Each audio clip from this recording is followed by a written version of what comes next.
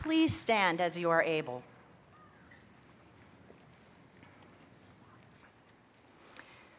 Gracious and loving God, we gather on this day to honor these graduates and to celebrate their accomplishments.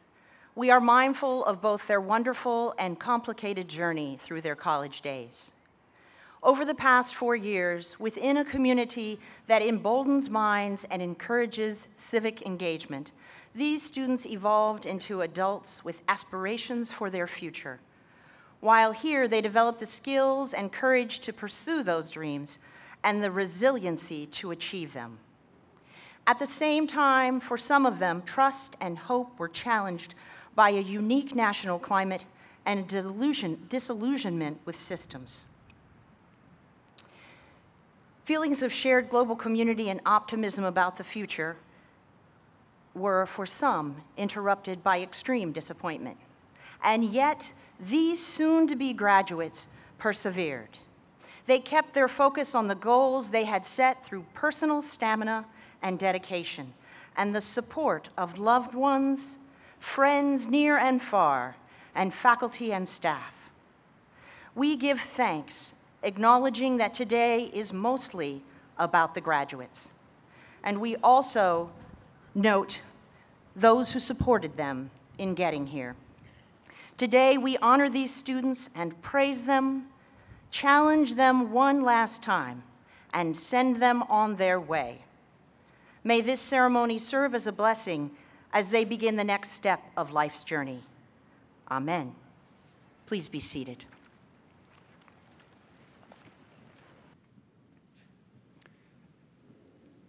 Ladies and gentlemen, it is my privilege to present our 2017 commencement speaker, Kumail Nanjiani, from the class of 2001.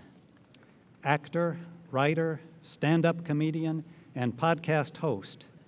His ability to tell stories about the real and complicated world in a humorous and fearless way serves as an inspiration to our graduates. Please welcome Kumail Nanjiani.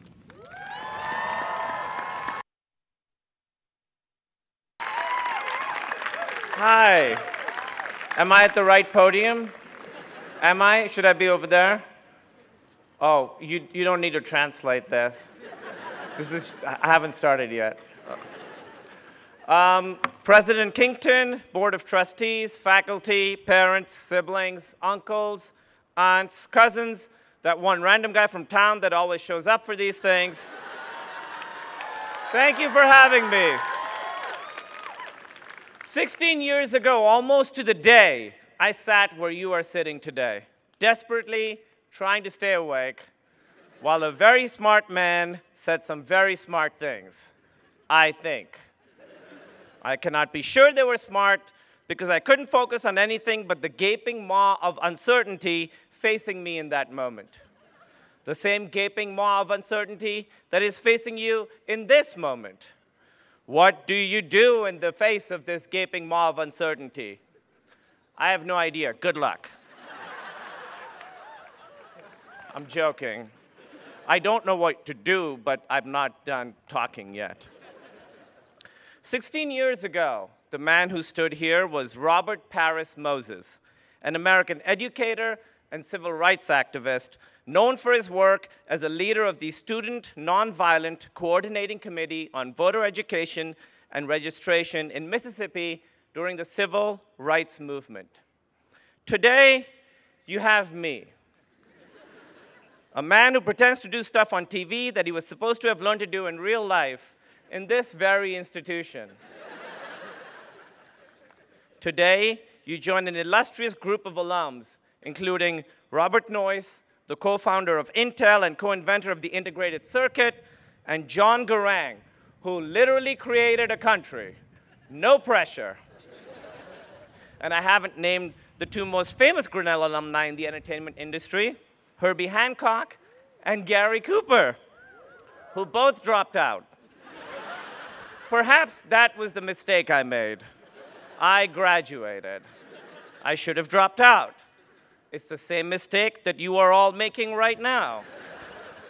History is full of stories of extremely successful individuals who dropped out of college. You and I will never be among them. Because today you graduate from Grinnell. By the way, you will be shocked at how many people know Grinnell. For a tiny liberal arts school in a tiny town in the middle of Iowa, many, many people know it. You'll say, I went to Grinnell, and they will be impressed. And then they will say, wow, you went to Cornell. And then you will have a decision to make. Your first important post-college decision. And you will make it over and over many, many times. Many of my friends think I'm in Ithaca, New York right now, giving the commencement to Cornell graduates. But some will hear you properly, and they actually will be impressed. Oh yes, my cousin's ex-fiance went there. It's always your friend's cousin's ex-fiance. Hey, but I'm getting a degree today too. One that I'll use just as much as I used the last one. I am getting an honorary PhD. I am now Dr. Kumail Nanjiani. So hold on one second. I have to text my parents. Mom, Dad, you finally have a doctor for a son. I intend to use it. I can't wait to stand up when someone is like, is there a doctor on the plane? I can go guilty right here.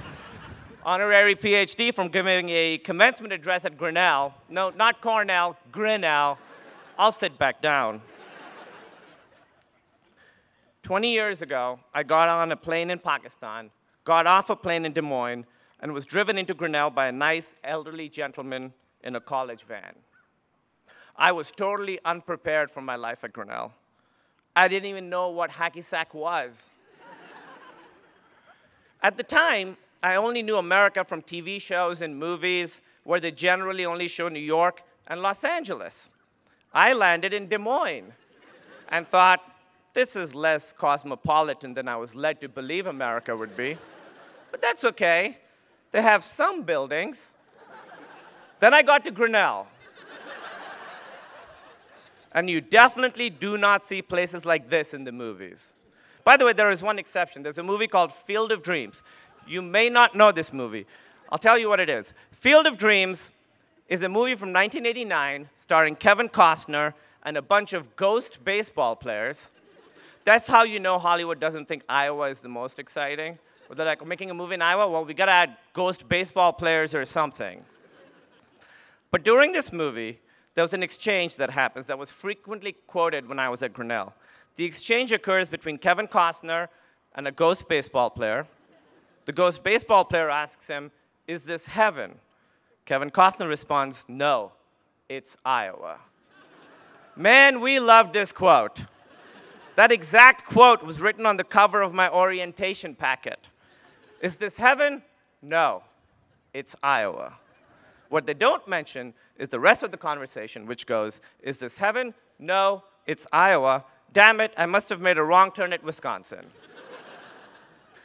The first couple weeks for me here were pretty tough. I was a very shy kid. I missed home, and I felt like I didn't fit in. Back then, nobody had cell phones, so I spent hours on the phone room on my floor. They used to have phone rooms here. A phone room is a room with a landline. A landline is like a cell phone without apps. I would sit in this phone room and have conversations with my parents for hours. A conversation is like a text message with your mouth. You know what, I can't keep doing this. Just Google the 90s and then we'll get back into this. But I'd get into bed and I had the bottom bunk and I saw the metal bars on the bed on top of me and they looked like prison bars. And that's how I felt, like I was trapped. Those bars would be the first thing I would see every morning and the last thing I would see every night. And then things started changing. I met people from all over the world. I met people who were white, black, queer, gender fluid, every religion, no religion, and that was exciting. Pakistan, ultimately, is not that diverse. And I was meeting so many different kinds of people, and people were curious about me. What's Pakistan like? What do you guys eat? Do you guys have breakfast there? They weren't all great questions. I started experiencing things I hadn't experienced before. I shook hands with a girl for the first time at a party at the Harris Center. Yeah. Yeah. I remember saying out loud to myself, this is a great country. And each time I would go to bed at night, those bars looked less like jail bars. And this little liberal arts college in the middle of Iowa changed the way I saw the entire world. Before America was my home, Iowa was my home. And before Iowa was my home, Grinnell was my home. When I came to Grinnell, I was a devout Muslim who had never romantically touched a girl, and I was going to get a degree that guaranteed me a job. By the time I graduated, I was basically a Rastafarian with a white American girlfriend and a philosophy degree. College changes you, is my point. I did get a computer science degree also, because while I had changed, my parents had not. I got a phenomenal education. I heard new ideas and understood that there are different ways of looking at the world. But it wasn't all existential stuff like that. It was fun, too. It was big cookies and chicken patty parmesan and hanging on the loggia and watching X-Files on the TV in Reed Hall Lounge. X-Files is an old show about a time when conspiracy theories were shadowy rumors and not a string of tweets the president just posted. But while I was figuring out who I was, I still didn't know what I wanted to do with my life. And then my senior year, I performed stand-up comedy for the first time at Bob's Underground. Yeah. And it went well. And it was so fun. And it was so exciting. And I was like, I could be good at this.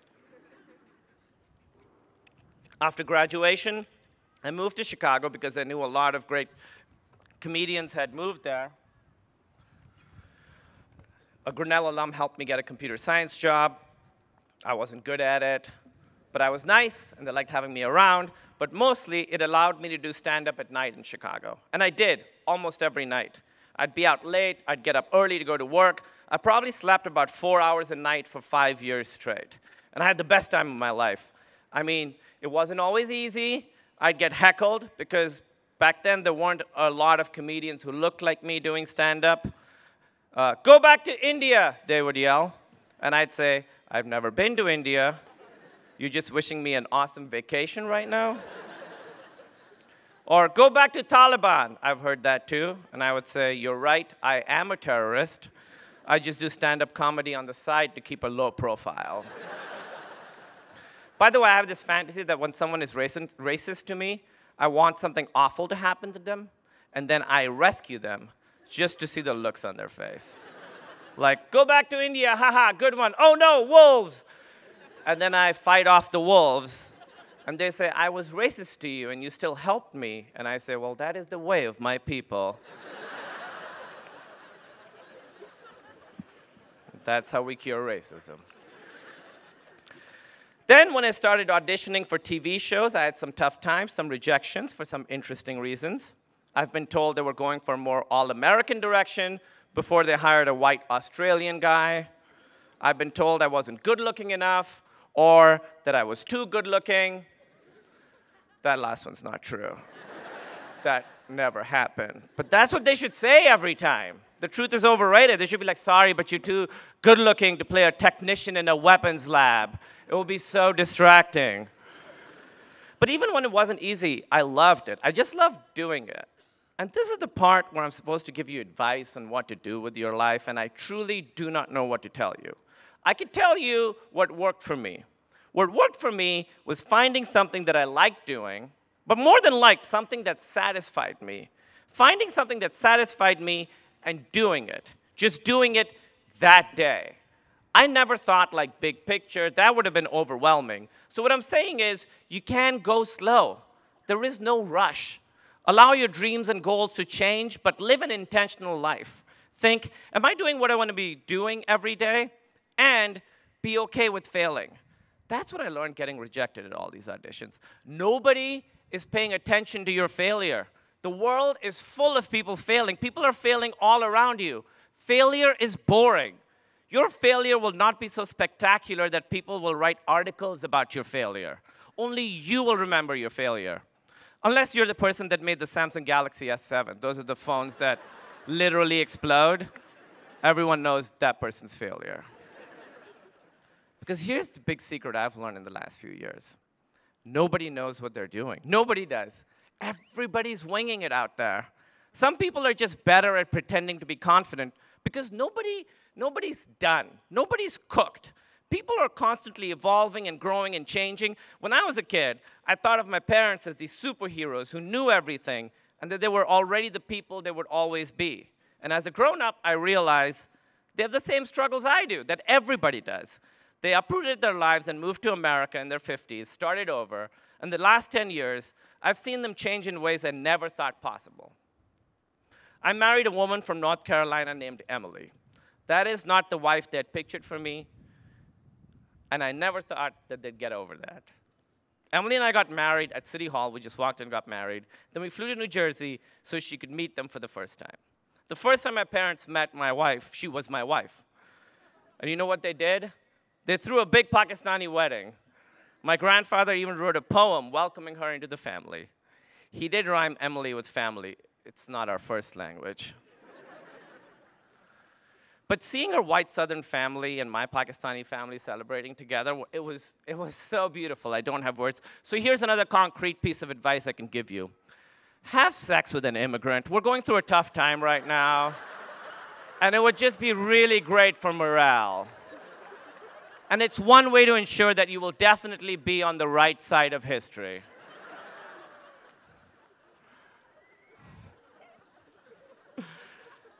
They're like, maybe this was a mistake. You know, immigration is a big topic of conversation right now. Do we take in refugees or not? These people are so different from us.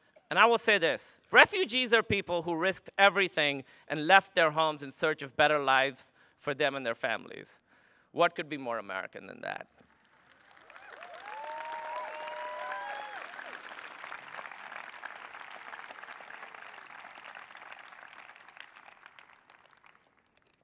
I want to take a moment to give a special shout out to all the families of international students, to those of you who were able to be here. As nervous as you were to get through customs and immigration, I hope you are just as proud to watch your children walk across this stage. And I hope that today you see the America that we love.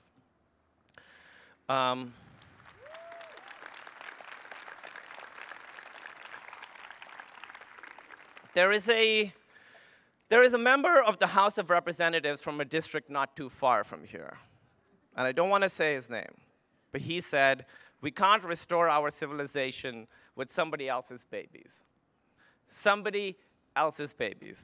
That is not the Iowa I know. The Iowa I know understands that there is no such thing as somebody else's babies. How can you look at a baby and say that is not one of my own?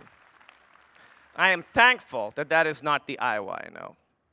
I came here and I felt out of place. I felt like I didn't belong. And the community here made sure I didn't feel like that for long. They welcomed me. They engaged with me.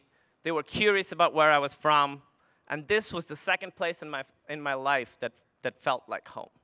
Different, weird, but not strange. So I'll say this is another thing you could do. Populate your life with people different from you. Once you leave school, you get to choose the kinds of people you're going to be around rather than just being forced to be around them. So I encourage you to seek out people, thoughts, and opinions different from yours. It keeps you empathetic, and it gets you out of your own echo chamber. Don't disregard opposing viewpoints. Listen to them, absorb them, oppose them if you feel that they are wrong, but allow them to affect you. Understand the pain behind an opinion such as our jobs are being stolen, and try to empathize with it. And believe me, it is not easy. I wish it was as easy as following a couple of opposing viewpoints on Twitter and unblocking Uncle Steve from Facebook, but he showed up for your graduation and he gave you a card with some cash in it. Be nice to the guy. It is not that easy. You really have to listen. We cannot expect others to understand our point of view if we don't understand theirs. And it's uncomfortable and awkward and infuriating and it hurts your brain, but with that pain can come growth and real change. Being a fish out of water is tough, but that's how you evolve. I think that's scientifically accurate. I don't know, I had a liberal arts education. Ultimately, we're all much more similar than we are different. That is what I learned in the Iowa I know, our shared humanity. We're all just looking for food and love and meaning, and we find that meaning with each other, with community. So take the lessons you learned in Iowa and in Grinnell and get out there. Engage with people. Challenge their beliefs and challenge your own. Whether it is here on this campus in the middle of cornfields, or in a village in Senegal, or in a marble hallway in DC. Actually, DC would be good. Go to DC. Because engage, care, be passionate. Because each other is all we have. This is all we got. This is all we have. And it may not be heaven, but it can be Iowa. Congratulations, class of 2017. Welcome to the real world. We need you out here. Thank you.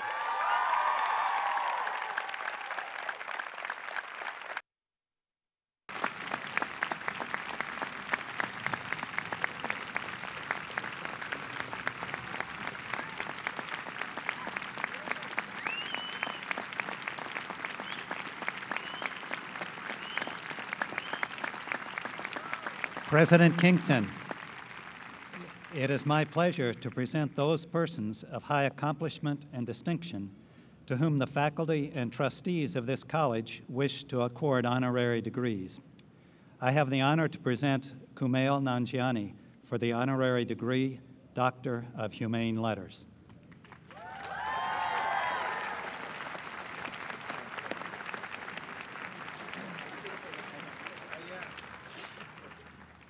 In a way, Grinnell can take some credit for Kumail Nanjiani's enormous success in comedy. When he arrived in Iowa from Karachi, Pakistan, he had never seen a stand-up comic before. A friend showed him a Jerry Seinfeld comedy special, and he was hooked. After getting his start in comedy in Chicago, which included a one-man show called Unpronounceable, Nanjiani headed to New York to pursue work as a stand-up comic. He typically performed 25 nights a month to hone his craft. Over time, he became a go-to guest on critically beloved comic shows, including The Colbert Report, Veep, Key and Peele, Broad City, and Portlandia. In 2014, he landed the role of Dinesh, a witty but hapless software engineer on the HBO hit Silicon Valley.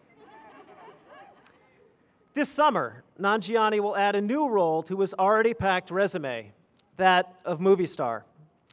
Teaming up with comedy superstar and producer Judd Apatow, Nanjiani starred in the movie The Big Sick, which he co-wrote with his wife, Emily Gordon. The film is a romantic comedy about culture, illness, and relationships that is based on how Nanjiani and Gordon met and fell in love. After the movie's wildly successful premiere at Sundance earlier this year, reviews called the movie an instantly winning heart stealer. Amazon landed distribution rights. The movie will premiere nationwide in July. Beyond his television and film successes, Nanjiani brings his inimitable style to Twitter, where he has attracted more than 1 million followers. Whether politics or pop culture, Nanjiani writes with insight and humor. For pursuing comedy that is both incisive and deeply heartfelt, and for succeeding in this work at the very highest levels, we are pleased to recognize Kumail Nanjiani, class of 2001.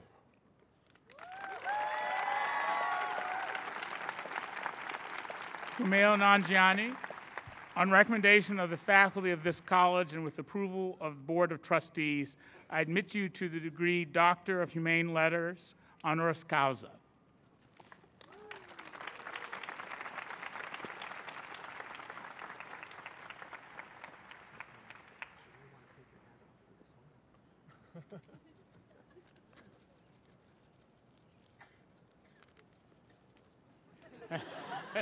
Good? Okay. Can I put the hat back on? Yeah. All right.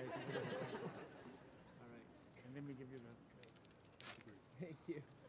congratulations.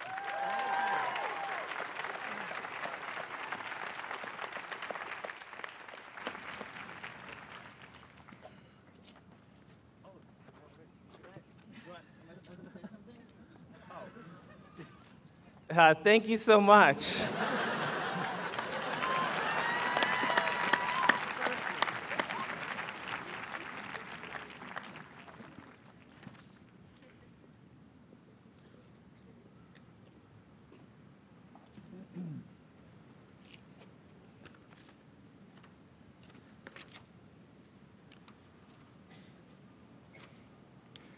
President Kington, I have the honor to present Emily Fitch for the honorary degree Doctor of Humane Letters.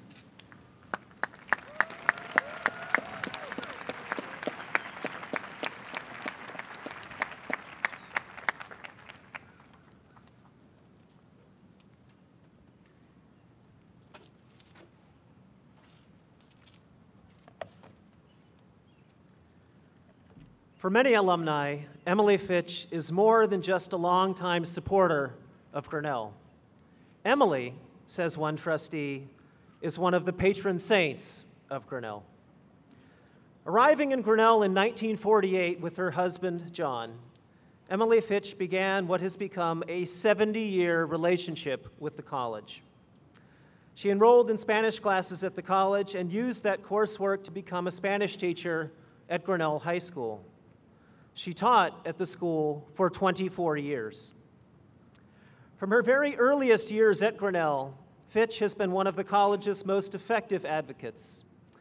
In the 1950s and 1960s, she played an important role for African American scholar athletes attending Grinnell. She provided a consistently warm and welcoming presence, regularly hosting students and their families overnight. She has welcomed hundreds of other newcomers to the town as well, including new faculty and their families. For the past 3 decades, she has opened her home and backyard for the annual alumni soccer picnic, an event which routinely attracts more than 100 people. And today, at 92 years of age, she continues to play a vital role in the life of Grinnell. She often hosts trustees when they come to campus, attends numerous campus events, and serves, says one nominator, as a beacon of generosity, good sense, and wisdom. For her 7 decades of service to the college and for the great joy she brings to that role, we are proud to honor Emily Fitch.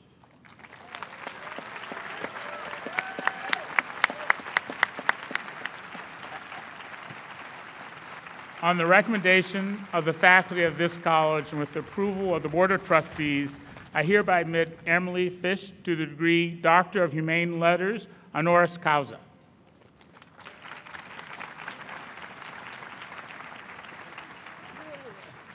Oh, you can be drawn. You can be drawn.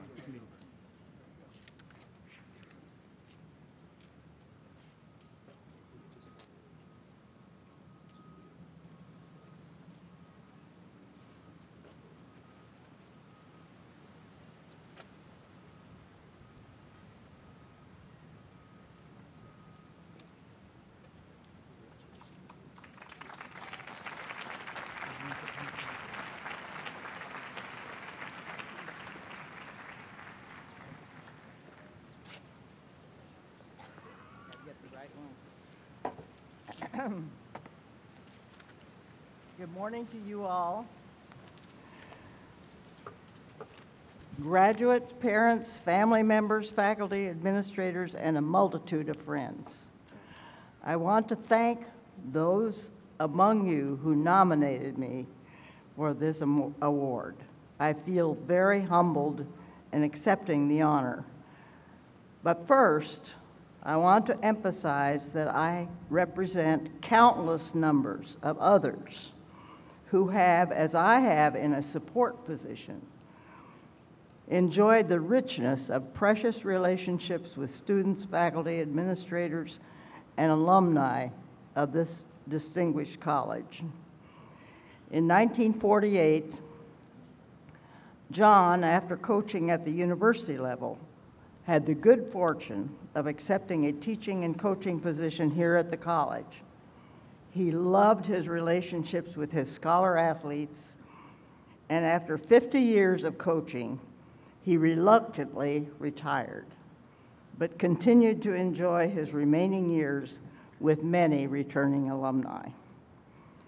And to you, the class of 2017, congratulations.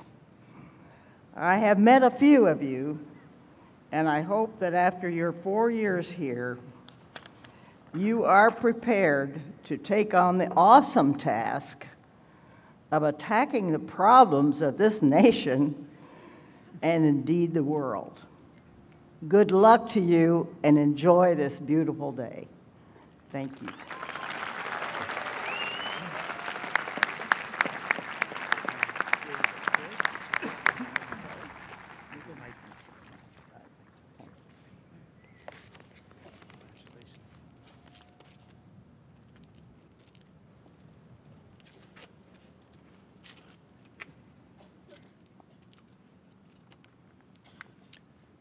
President Kington, I have the honor to present Barb Van Ersveld for the honorary degree Doctor of Humanities.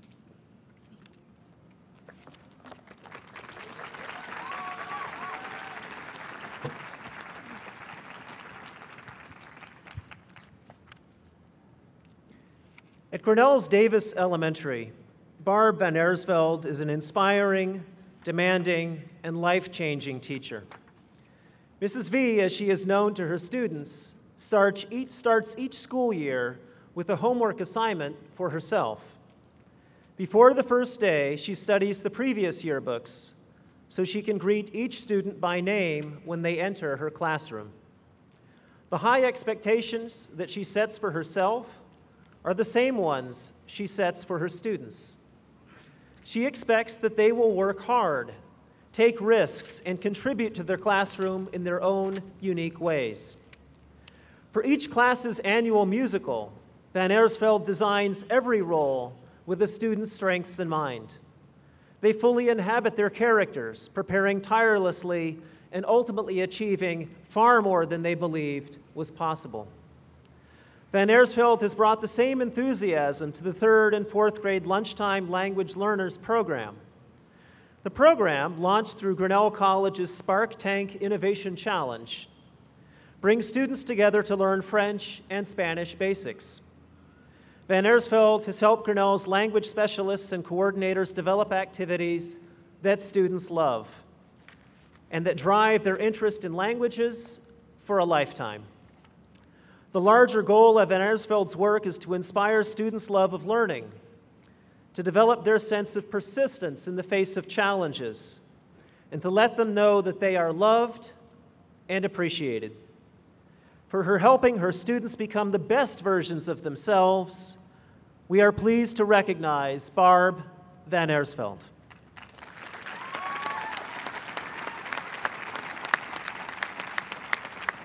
Barb Van Ersveld, on the recommendation of the faculty of this college and with approval of the Board of Trustees, I admit you to the degree Doctor of Humanities, honoris causa.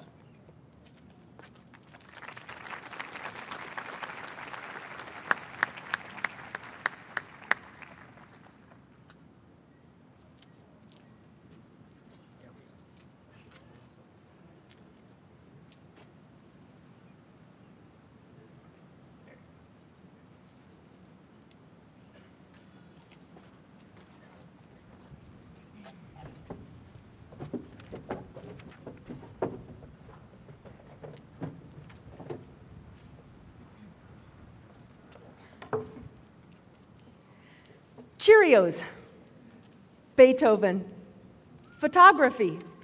I love that in the field of education, 3 seemingly unrelated elements can come together to form a powerful learning experience for students. Recently, my 4th grade music students arranged Cheerios on a staff to notate the famous melody from Beethoven's 9th Symphony. Then they took photos of their work before playing the melodies and, well, eating them. I admit a little concern when I considered my students' conversations around their dinner tables that evening.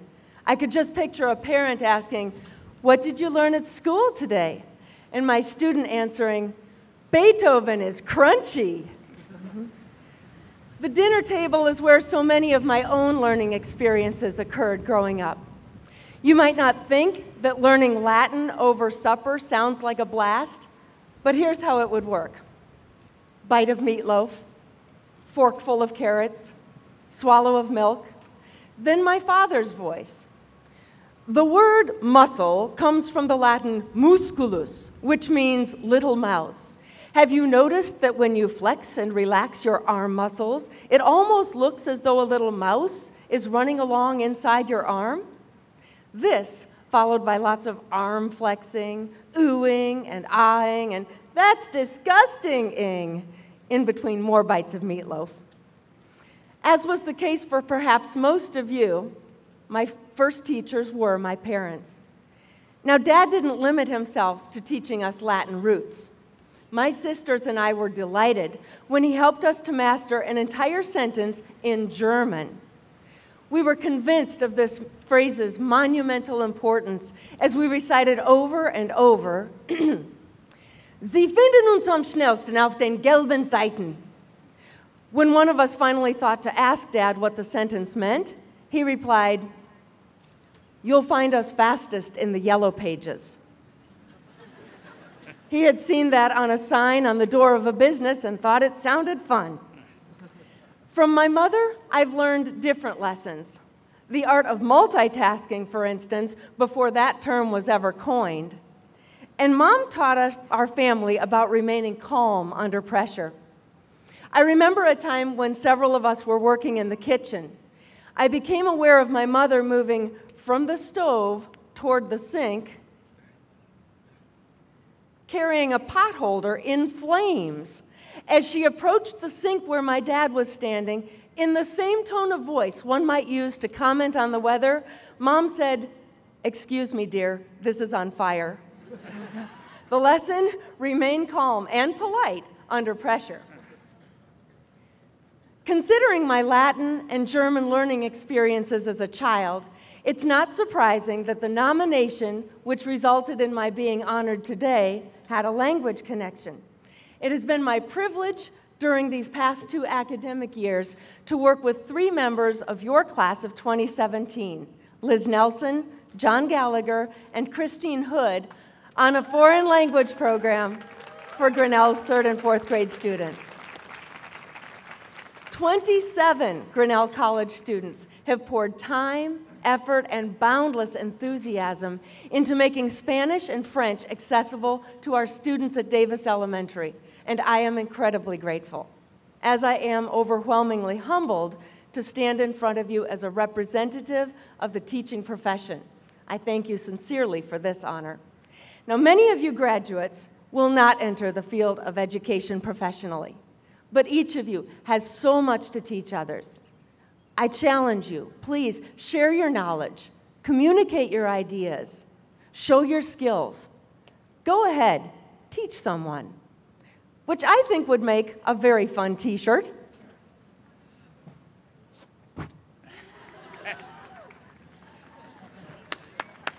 Yes, I thought about tossing the shirt out into the crowd, but as my husband and son can affirm, it would be as likely to land on President Kington's head as it would be to land in one of your laps. I'll just keep it here with me.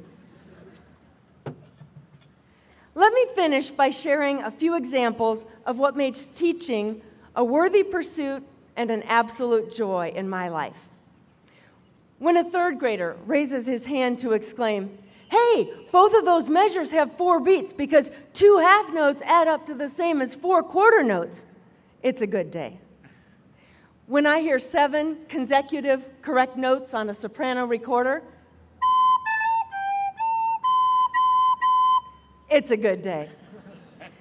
When a 4th grader who has seen me model kind behavior stops on her way to recess to help a boy whose pencil box has just exploded all over the floor, it's a good day. When a student interrupts my class to offer me a birthday cupcake, it's a good day. And that's not about the cupcake. It's about the positive connection I've made with that student that makes him think of celebrating with me, even though I'm just the music teacher. Okay, if it's chocolate, it's sort of about the cupcake, too. In your chosen field, the measure of a good day might be significantly different from those I've just described. Whatever your measures, it is my hope that you will indeed have a good day.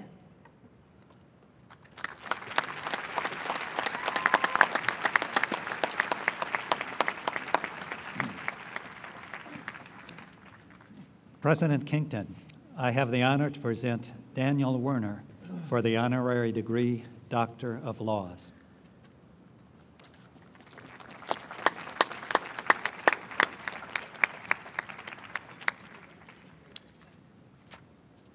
When the voiceless need a voice, they can depend on Daniel Werner. When seasonal and migrant farm workers needed help with employment and wage issues, Werner represented them in federal court as an attorney for farm worker legal services. When low-wage workers in New York needed support with employment and civil rights claims, he took on their cases as co-founder of the Workers' Rights Law Center of New York. And when immigrant labor trafficking survivors needed his help to fight the illegal practices of a large construction firm, he was there. Werner and a team of lawyers at the Southern Poverty Law Center fought and won the biggest case of its kind. With Werner's guidance, the legal team in the case brought devastating details to light. Pipe fitters and welders from India had paid up to $25,000 to be considered for positions rebuilding the Gulf Coast after Hurricanes Katrina and Rita, relying on false promises about earning permanent United States residency. They rented out overcrowded trailers that packed 24 workers into a trailer with a single bathroom. The legal fight turned into a 7-year battle. Werner and his colleagues helped immigrants with little or no knowledge of English to tell their stories, and SPLC helped the leaders win an unprecedented $14 million award. To date, it is the largest of its kind. Werner continues to work for justice in many ways. He has co-authored a book for lawyers who work on cases linked to human trafficking. He has also lectured internationally on these issues. Now, Werner is directing SPLC's Southeast Immigrant Freedom Initiative, an ambitious project to provide representation to every immigrant detained in the southeastern states.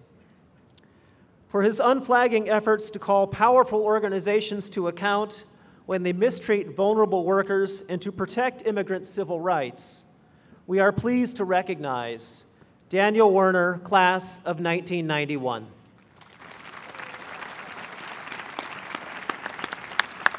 Daniel Werner, on recommendation of the faculty of this college and with approval of the Board of Trustees, I admit you to the degree Doctor of Laws, honoris causa.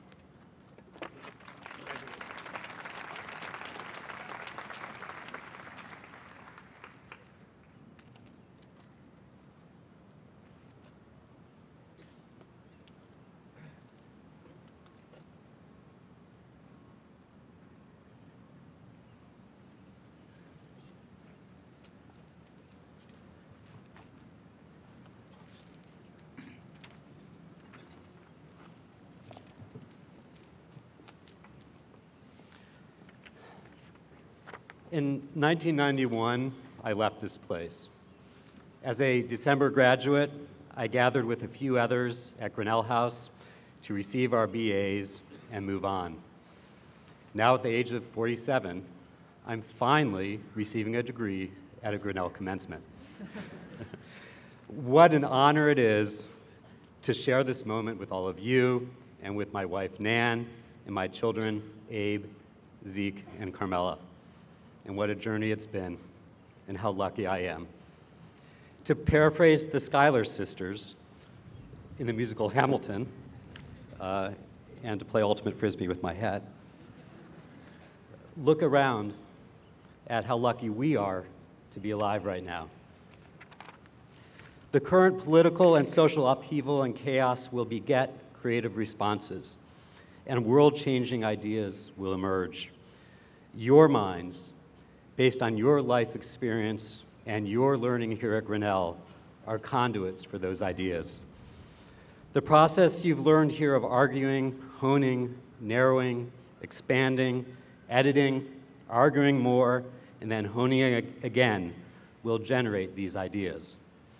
Grinnell has nurtured this, and now you have the tools to nurture creativity in others. And as you embark in your journey, find partners who are certain change is coming, and who view Dr. King's faith in the moral universe bending towards justice not as an excuse to stand by and assume the bend will happen without engaging in the difficult work, but as a call to action to force that bend. Because in justice work, real change makers are optimistic activists, people who look at their day-to-day hard, uncomfortable, often mundane, and usually chaotic work as means for progress rather than a sign of defeat. People who set aside ego and self-righteousness and empower positive partners and successors to generate the great ideas and make change happen. The alternative to optimistic activism, cynicism, makes the discomfort of justice work intolerable. Without trusting in the effectiveness of intentional and intelligent justice work, despair and burnout lurk around every corner. Granted, there's a lot to be cynical about. Just look around. But try looking around without resting your eyes on the causes for cynicism. Look around at how lucky we are. When we march, we see people who have never marched before.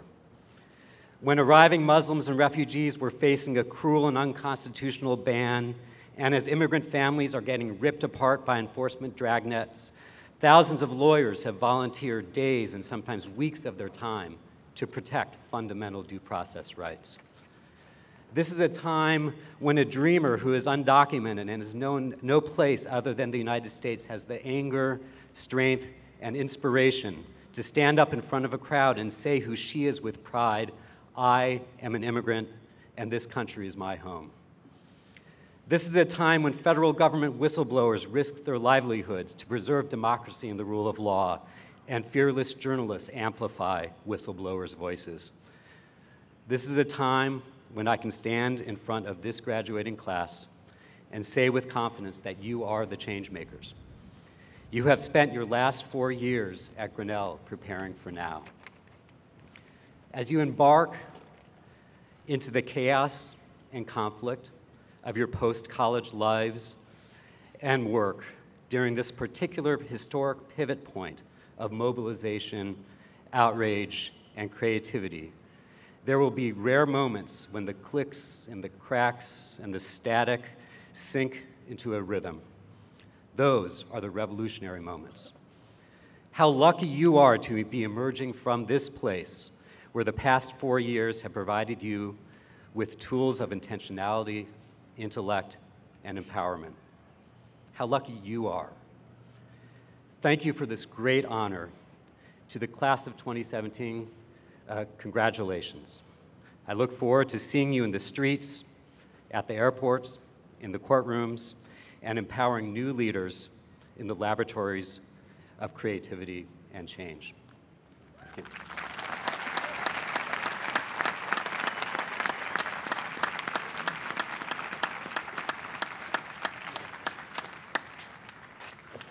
It is now my privilege as president to recognize members of the faculty who, after long and devoted tenure at the college, are entering upon emeritus status, and we have 7 this year. I now ask Sig Barber, Professor of German, to rise.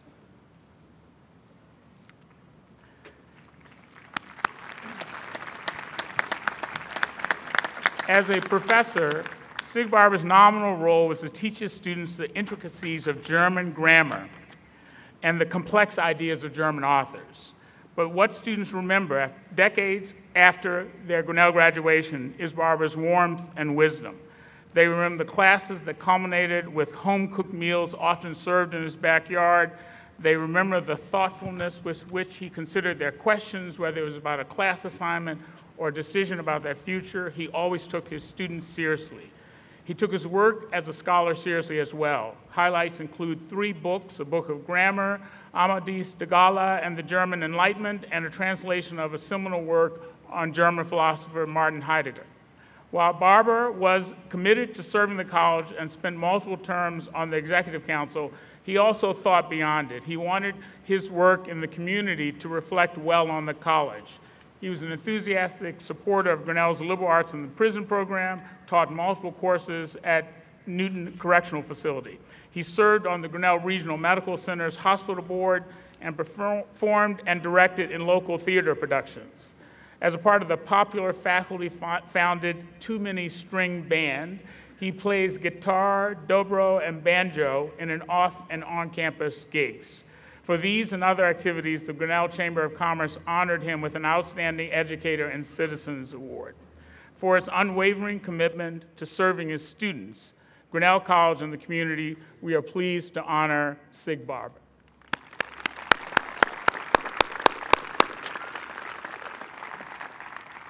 I now ask Bob Cadmus, Professor of Physics, to rise. There. Bob Cadmus knows that not everyone grows up loving science, but he also knows that the right nudges can make even reluctant learners see the excitement and the possibility that science offers. Perhaps his greatest success at NIH has come through his work with the Grant O. Gale Observatory, a facility he transformed from an idea to reality during his first 6 years on campus. Cadmus used the observatory as a starting point for some of his most important work as a scientist. His research interests included stars that change brightness, known as variable stars, and lunar occultations, events in which the moon passes between a star and the observer. The observatory also has been a busy hub of activity over the years. Cadmus has hosted hundreds of events over the years, and many alumni say they still think of Cadmus every time they look up into the night sky. Students have been similarly transformed by Cadmus's physics teaching. By linking daily class sessions to the discipline's larger concepts, Cadmus helped students see the big picture even as they burrowed into the details. Through his Physics in the Arts course, he brought science and non-science students together to see how different disciplines could inform one another. Even students who rarely set foot in a science classroom likely know Cadmus from the long-standing and, again, much-loved Too Many String Band as well, which performs regularly on and off campus. For helping thousands of people find the very human joy in science and astronomy, we are pleased to recognize Bob Cadmus.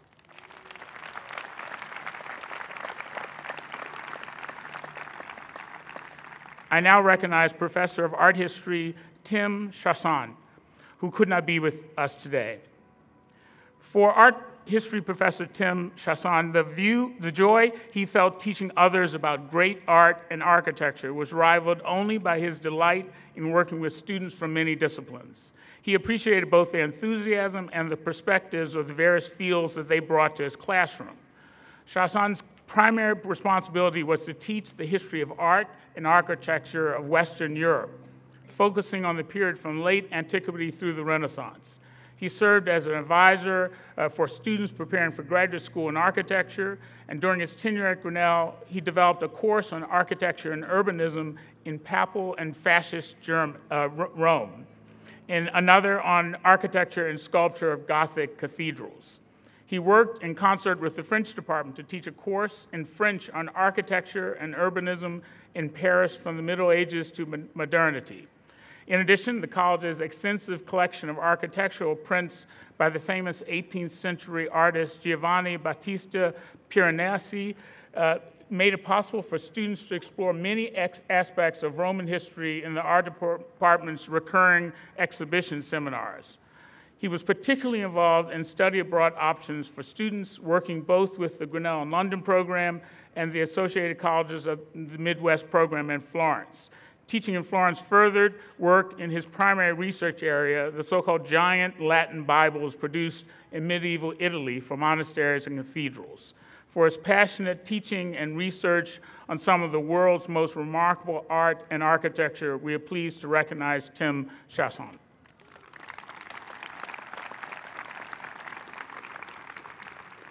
I now ask Jan Gross, Seth Richards Professor in Modern Languages to rise. In her 4 decades at Grinnell, Jan Gross has helped the college live up to some of its most important promises. She built strong and lasting relationships with her students, helped bring diverse and international voices to campus, and strengthened the programs that give Grinnellians the tools to succeed in the wider world. In the course of her work as a scholar of French literature and culture of the French-speaking world, she helped produce translations and publications on contemporary Algerian writers and playwrights. This includes Slimane Beniasse's 9/11 novel, The Last Night of a Damned Soul. During this process, Gross has developed strong working relationships with many of the artists themselves. She taught their work in her classes on contemporary Francophone cultures and theater. And whenever she's able, she finds ways to bring them to campus to share their perspectives, both in class and with the entire campus. She brings the same care and attention to maintaining relationships with former students, many of whom go on to pursue international careers across disciplines. She frequently finds ways to bring them back to campus as alumni scholars, sharing their experiences and advice with a new generation of students. Gross has developed and nurtured some of Grinnell's most cherished programs. She chaired a faculty development program for oral communication across the curriculum, a program that still thrives. She also led the International Studies Planning Committee, a precursor to Grinnell's Institute for Global Engagement. For her efforts to strengthen Grinnell by developing lasting relationships and programs, we are pleased to recognize Jan Gross. I now recognize Professor of German, Jenny Michaels, who could not be here today as well. Jenny Michaels believes in the power of second drafts. She makes every student who writes a paper in her class come and talk to her and get feedback, and then she makes them rewrite the paper. These second drafts are where much of the learning happens. These second drafts are what makes students better. And this philosophy that students should test ideas, learn from their mistakes, and grow beyond them is more important to Michaels than any single topic she's teaching in class. Writing, like so much else in life, is a process worth practicing and improving. This lesson benefits students not just in their coursework, but in the rest of their lives. Michaels' belief in the necessity of testing and tinkering is one that she has brought to her own coursework as well. Over the course of her career, she has developed dozens of new courses. She frequently adjusted the reading list, even in her most time-tested classes, from introductory German language courses to a course on the German novella. Her scholarly work focuses primarily on 20th and 21st century German and Austrian literature and culture. In her field, she's made significant contributions. She served as president of the German Studies Association, now one of the premier German studies associations worldwide. She was also president of the Rocky Mountain Modern Languages Association. For her consistent efforts to help students do their very best work and for applying these same philosophies to her teaching and professional life, we are pleased to recognize Jenny Michaels. I now ask Mark Snyder, professor of physics, to rise. From his work as an instructor in a single classroom to his policy advice for college administrators, including myself, across the country, Mark Snyder has spent his career finding ways to help a wider range of students thrive in the sciences and in higher education. As a professor, Snyder developed the discovery-based physics curriculum. This hands-on course is designed to build student enthusiasm for the discipline through cooperative activities and real-world lessons. He was instrumental in developing what is now the Grinnell Science Program, which offers holistic support to a diverse group of students in the sciences. Through early orientation programs, academic support, and research opportunities, students in the program are far more likely to stay in the sciences. Since the program launched in 1992, the number of students of color at Grinnell graduating with science degrees has increased by more than 300%. The program has received recognition from the White House for its approach and success. Later, as chair of the faculty and then associate dean, Snyder took the best elements of the Grinnell Science Program to develop new initiatives. As a co-organizer of a new faculty mentoring program, he has worked to provide more robust support to faculty making the transition to Grinnell. He also developed the Partners in Education program, which helps students who have had difficulty during their first semester at Grinnell. Snyder has shared some of the most important lessons from his work in publications, including the Chronicle of Higher Education. For his career-long efforts to help create an inclusive and supportive environment in the sciences and in higher education, we are pleased to recognize Mark Snyder. Last but not least, I now recognize Professor of Music Roger Vedder, who could not be here today. To open students' eyes to the vast and varied world of music, ethnomusicologist Roger Vedder traveled to far-flung locations around the globe. He recorded music and collected examples of common instruments in Ghana and Sri Lanka and Zimbabwe. But most important, he took everything he learned and shared it with the Grinnell community and the world. He gave generations of students a new musical passion while sharing significantly scholarly work with anyone who has an internet connection. Over the course of his career, Vedder taught hundreds of students gamelan, the traditional ensemble music of the Indonesian island of Java. Through one-on-one lessons and group rehearsals, students learn not just to appreciate these percussion instruments, but to truly love them.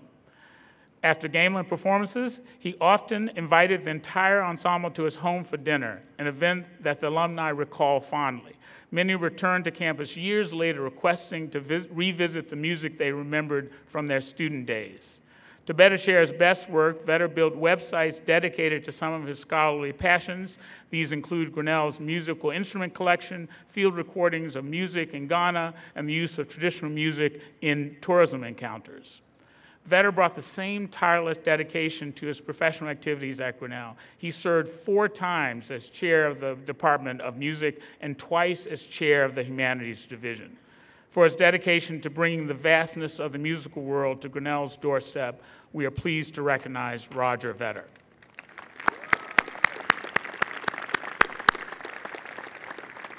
I now ask Professor Dennis Hughes and Martin Manelli to please stand. It is my honor to recognize those faculty members now moving to senior faculty status. Senior faculty status recognizes those members of the faculty who wish to be released from their regular full-time teaching obligations to pursue scholarly and professional activities associated with the college. And we today acknowledge those 2 professors for transitioning to senior faculty status.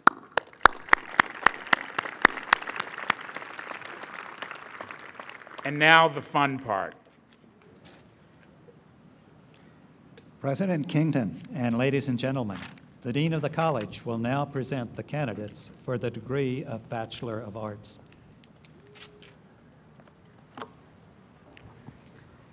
Will the candidates for the degree Bachelor of Arts please rise?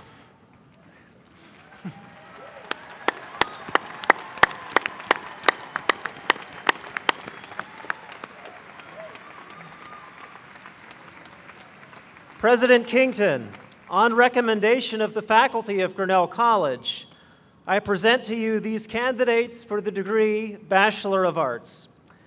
Having fulfilled all of the academic requirements, they are deemed worthy of and entitled to this degree. As president of Grinnell College, I now recommend to the Board of Trustees, through you as one of its members, that each of these students be graduated to the degree Bachelor of Arts.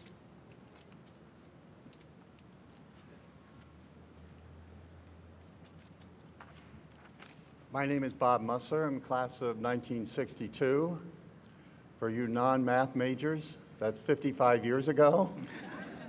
And my only reaction when I think about it is, oh my God. But anyway, back to the subject at hand. President Kington, the charter of this institution states that the college's object shall be to promote the general interest of education and to qualify young people for the different professions and for the honorable discharge of the various duties of life, which you'll find are many. It is a pleasure for me to acknowledge that these students have not only completed a course of formal study at this institution, but have also come to know the demands and the rewards of a shared experience in learning. Grinnell is tough. As such, they have indeed furthered the general interest of education and qualified themselves for the honorable discharge of the various duties of life. The Board of Trustees is therefore pleased to accept your recommendation and authorizes you as president to grant all of these degrees. By the authority vested in me by the trustees of Grinnell College, I now officially declare that having met all of the requirements, you are today granted the degree of Bachelor of Arts and are admitted to all the rights, privileges, and responsibilities it confers. Congratulations, you may be seated.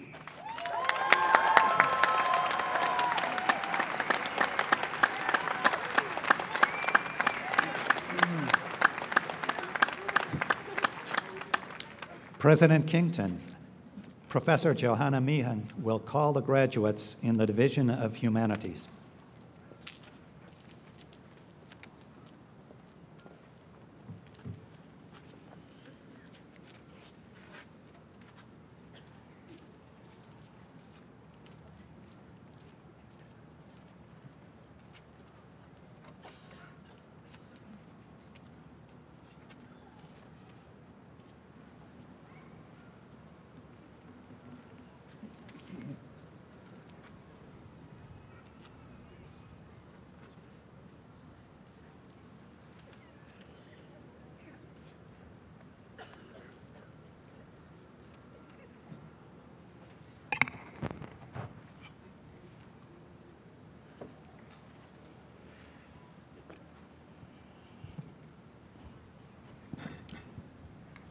Will the graduates to the Bachelor of Arts degree from the Division of Humanities please come to the platform as instructed by the Marshal.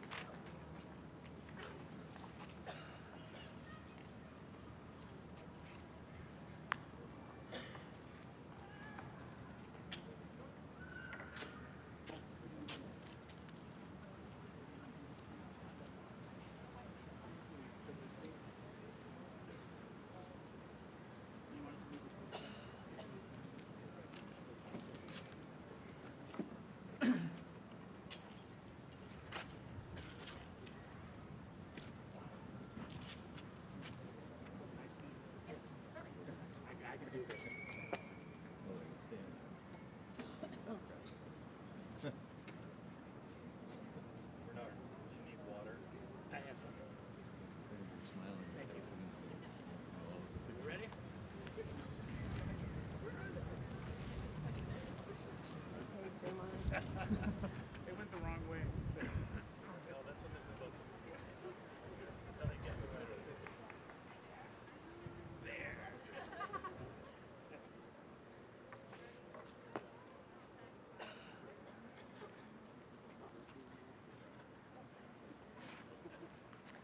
Joshua Joel Anthony.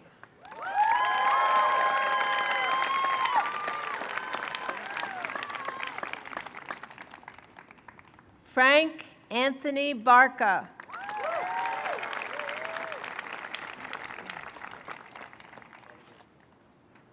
Alexandra Margaret Barnard.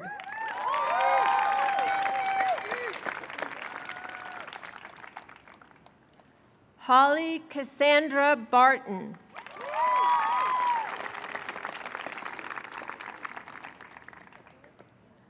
Hazel Batrez Chavez.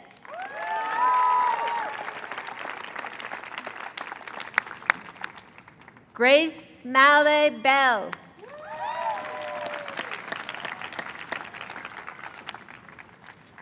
Lainey Ruth Marie Benedict.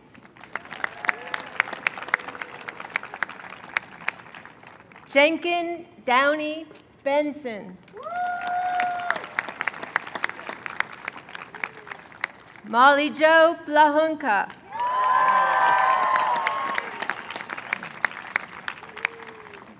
Kimberly Lynn Boer. In absentia. Annalisa J. Brandt.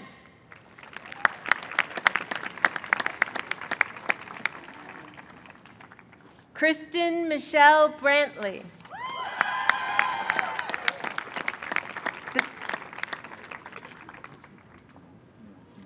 Benjamin Brasso.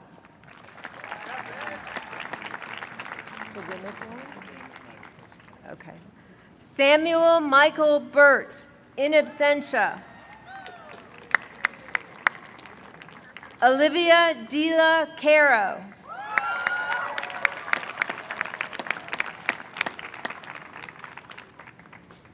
Shang Chen.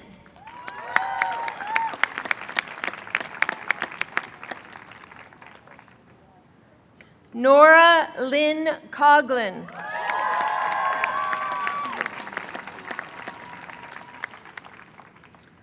Amul Umir Dadi.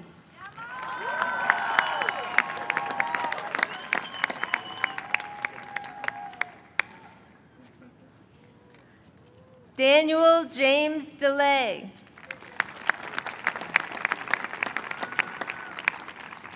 Timothy Flower Dooley.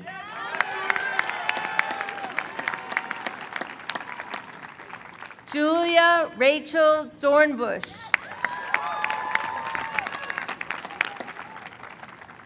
Louis Anthony Engelman.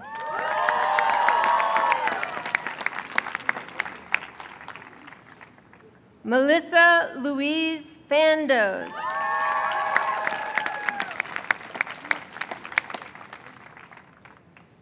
Lauren Jessie McRitchie Fenton.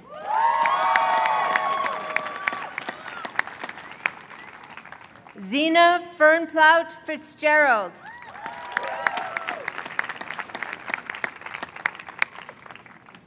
Teresa Margaret Fleming.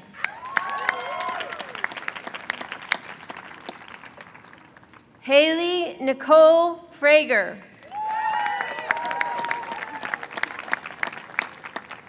Olivia Therese Fromm.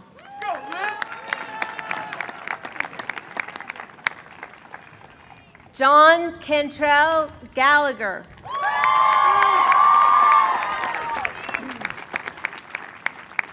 Gavin Gardone.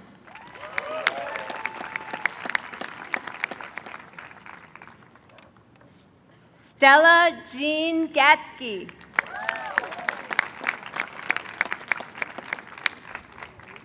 Charlotte Harris Bomina.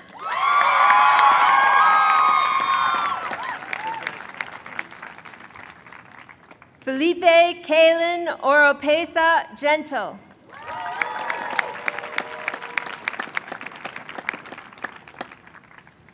Angelica Gil Rojas.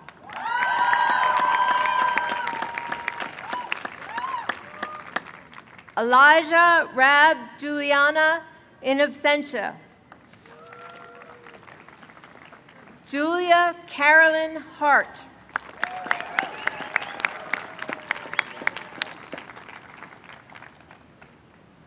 Emily Diane Hines.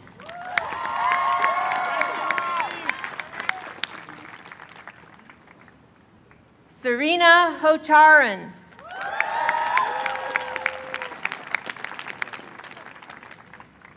Noah Allen Holt.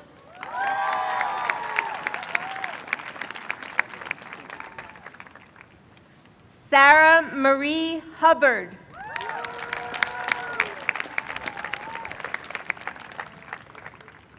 Aaron Israel Lovin.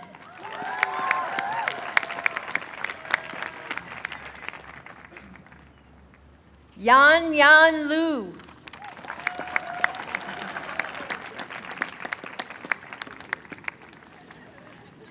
Eve Beverly Lyonsburg.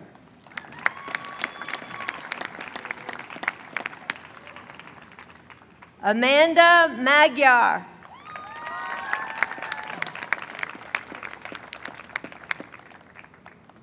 You're not Ian, right? I am Ian. Okay, all right. Ian Patrick McConaughey.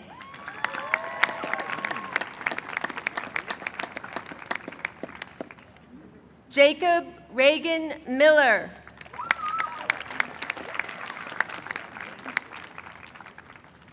Sophia Nayar.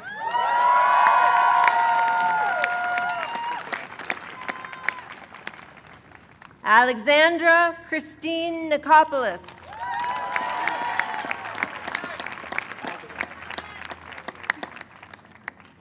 Patrick James Nice.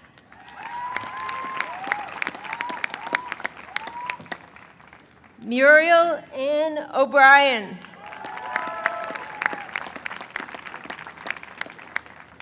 Jensen M. Ones in absentia. Rowan Oliver Eckhart Queetham.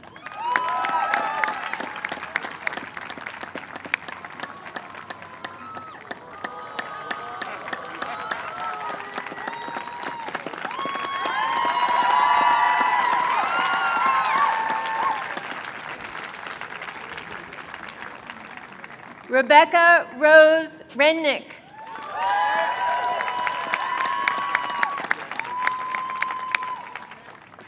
Shannon Alexandra Riley.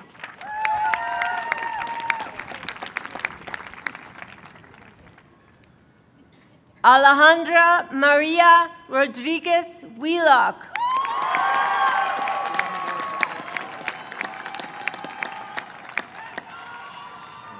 Kaylee Kelleher Ryan.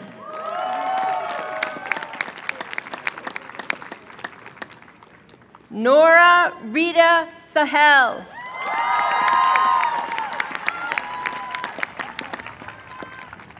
Surajini Supru.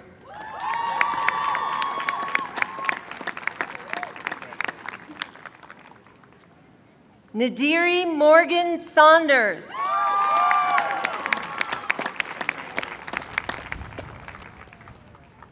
Ileana B. Schechter.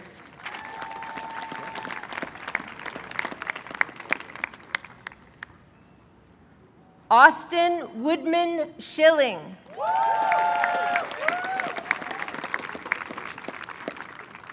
Mark Andrew Schwabacher.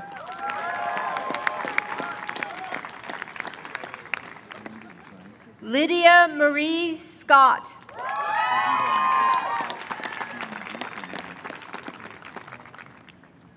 Justin Gabriel Hull Singer.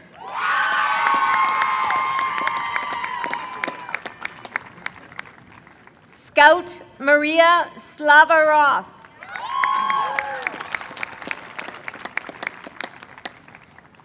Emma Catherine Soberano.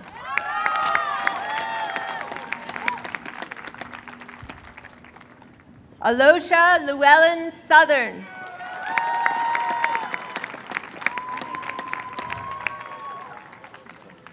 Matthew Allen Steege.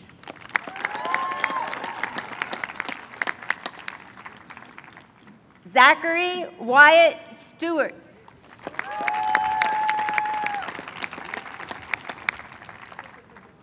Ian Joseph Schuling Stout.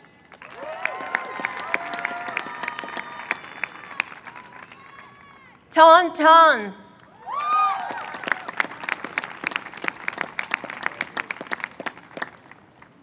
Emma Catherine Tilden.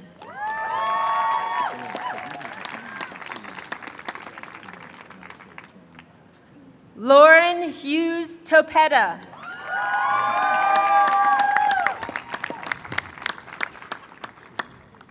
Hun Za Trin.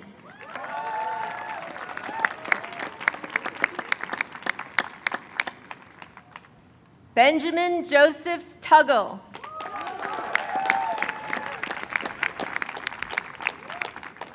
Alexandra Delia Olberg.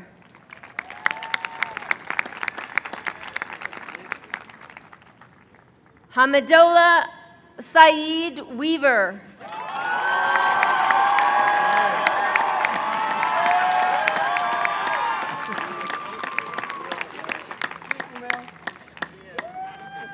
Alexis Annette Williams.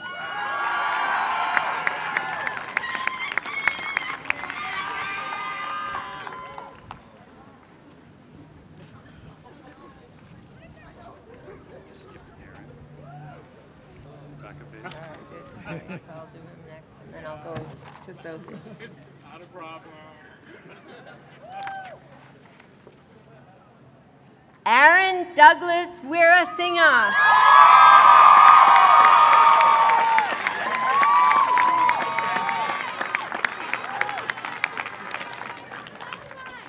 Sophie Shui Wright.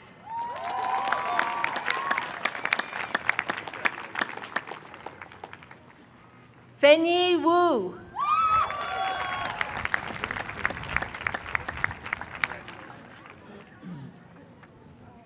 Adriana Centeno Hupp.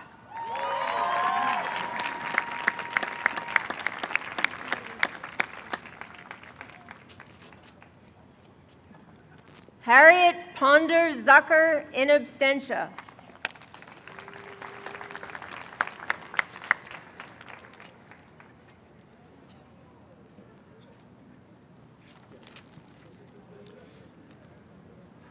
President Kington, Professor Karen Schumann will call the graduates in the Division of Science.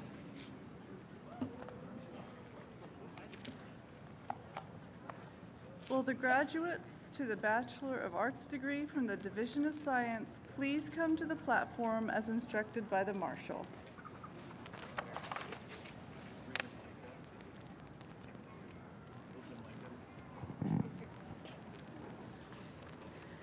The President's Medal is awarded annually at each commencement to the senior who exemplifies an ideal Grinnell student, superior scholarship, demonstrated leadership that credits both the students and the college, the compassionate and sensitive behavior and individual responsibility are among the qualities that must be demonstrated.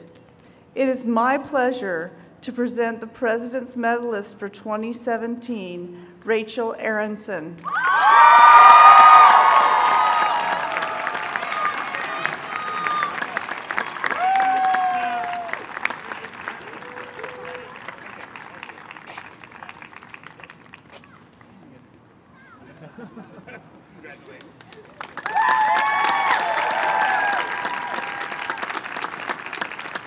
Jonathan Andrew Ackman.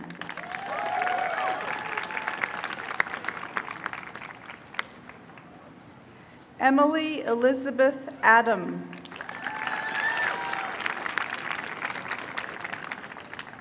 Christopher Kennedy Alt.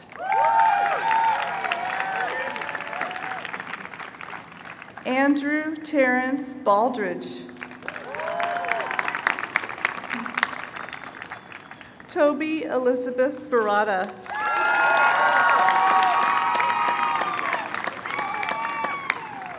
Sasha Glass Bauman.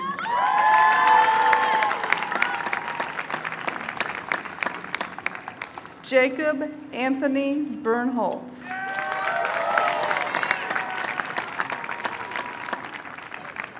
Ashlyn Eileen Berthelsen. Larry Boateng Asanta.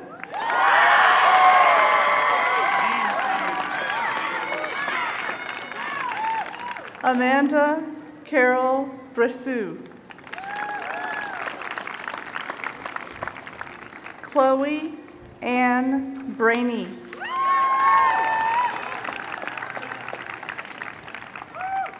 Nicholas Robert Bruley.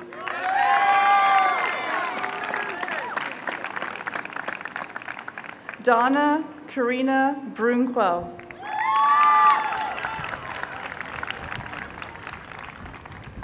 Zung Quan Bui.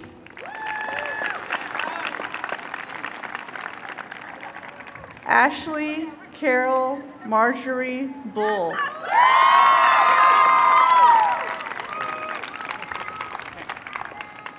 Robin Jaleesa Walton.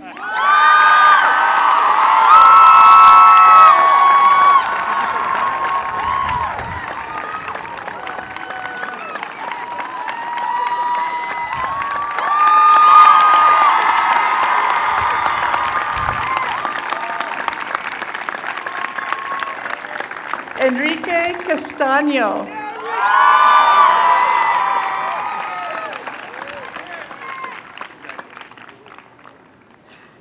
Sean David Cates.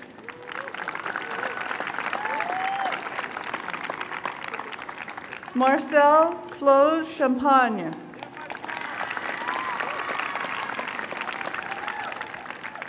Miranda Chen in absentia. Yoon Shin.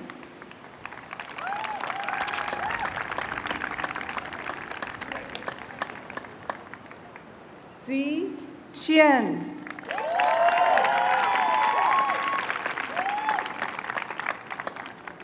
Alfredo Sebastian Colina.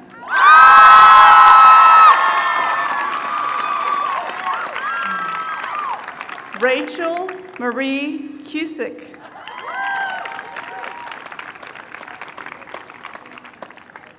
John Obadiah Danswitz Halmers.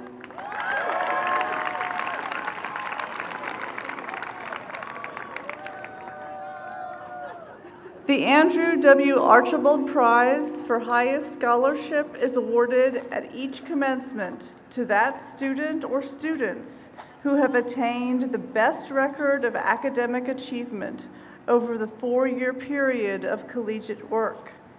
Established in 1927, the award is named for its donor, the Reverend Andrew W. Archibald, who served as a distinguished member of the college's Board of Trustees. It is my pleasure to present one of the Archibald Prize medalists for 2017, Shinaz Danishdoust.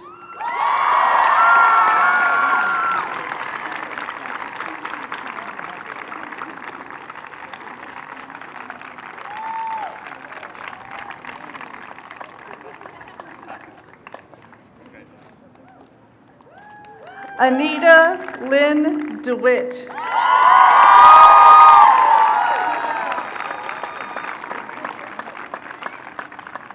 Zhuwei Ding.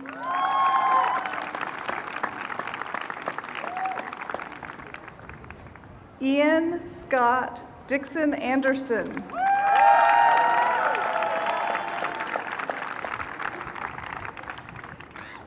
Linnea Signa Dolph.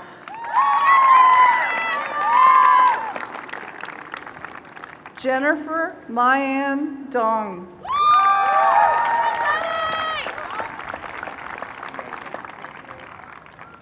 Glorianne Patricia Dorsey.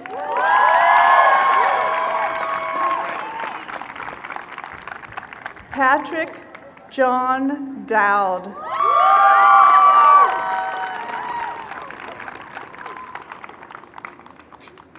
The Andrew W. Archibald Prize for Highest Scholarship is awarded at each commencement to that student or students who have attained the best record of academic achievement over the 4-year period of collegiate work.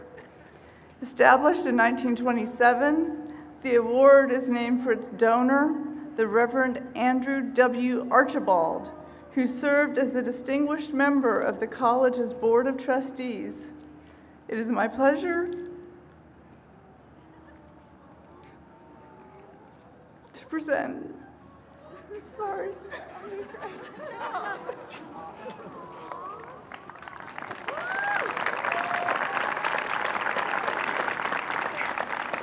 One of the Archetype medalists for 2017, Elizabeth Grace Eason.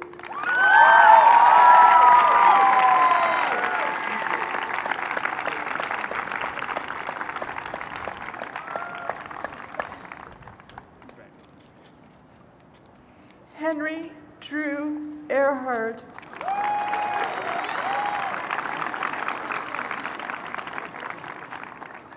Thomas Gunter Estabrook.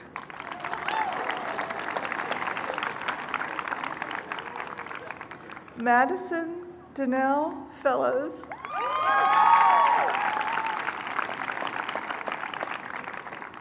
Samantha Rose Fitzsimmons Schoenberger.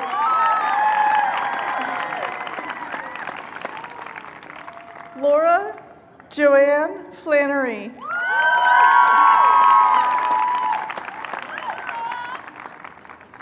Alexander Jean French.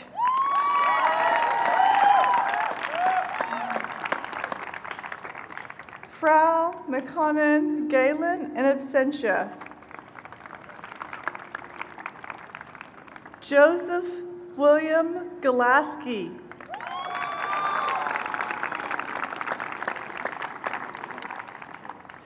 Charlie Alexander Gao.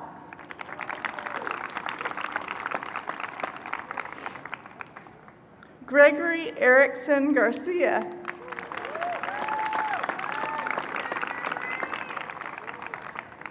Aaron Corrine Gashot.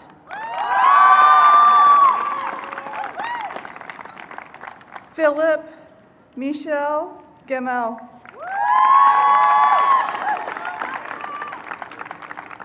Megan Coral Gibson.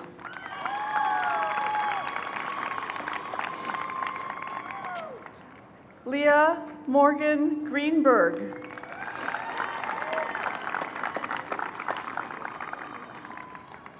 Emily Joanne Griffith.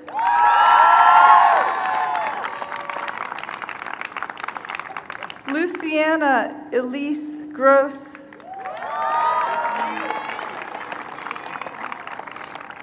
Matthew James Hammond.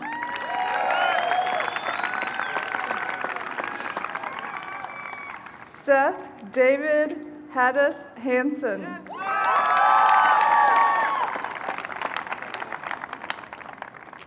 Madeline Mitchell Hart.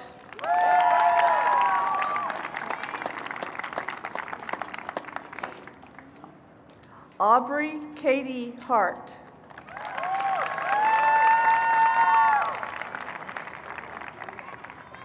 Aiden Michael Healy.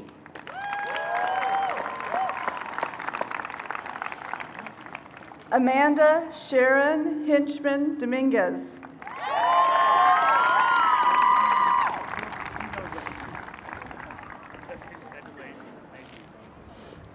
Kent Wayne Hoover II.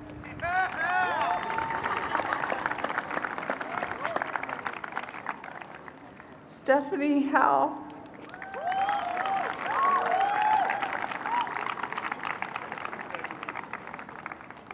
Adam Braley Hudson.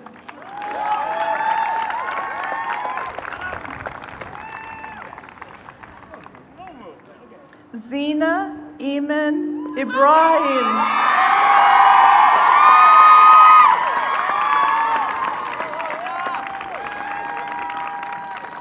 Ehino Hasso.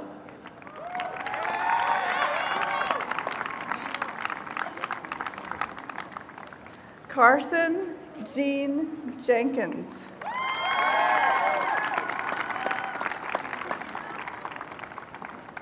Che Kyun Jun.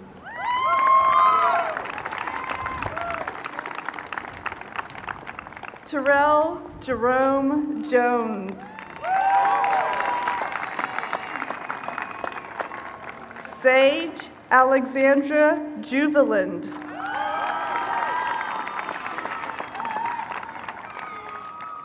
Charlotte Rose Kanzler.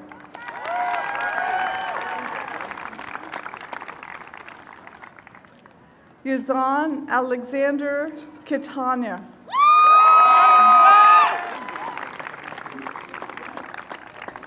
Monica Margaret Waitman Canuck.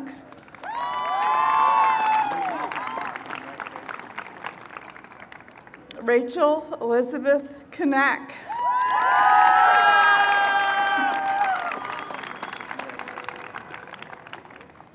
Nicholas Stephen Kabetter.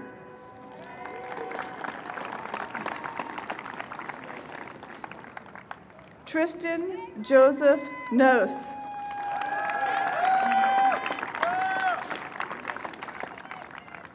Marie Koleric.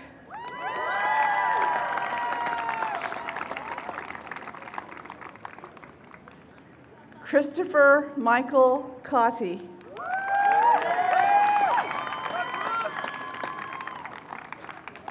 Anna Karine Kozya.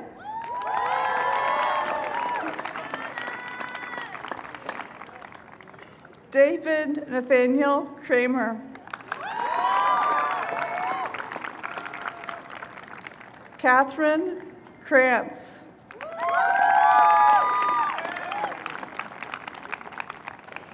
Alexander Dmitrievich Kazura.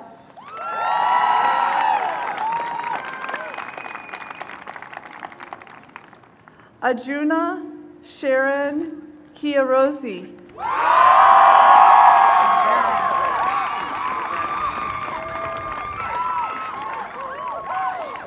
Ethan David Lane.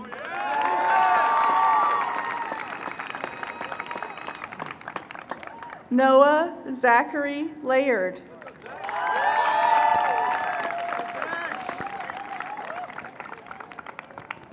Alton Meyer Landy.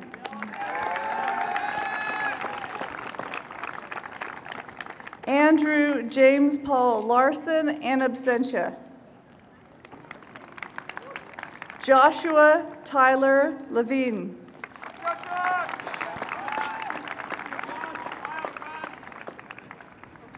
Benjamin Keith Law.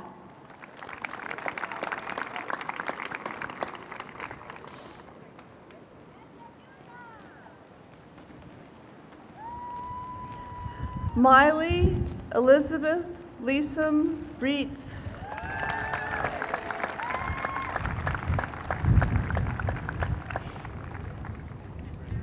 Brandon C. Lederhouse in absentia.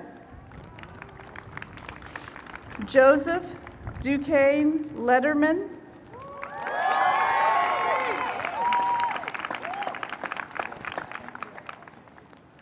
Kevin Lee.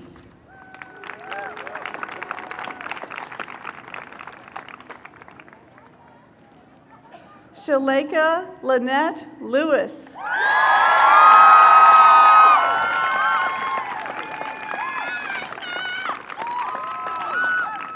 Fengwan Lee in absentia.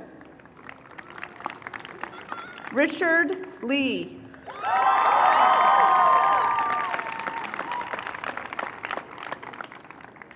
Nayla Loker.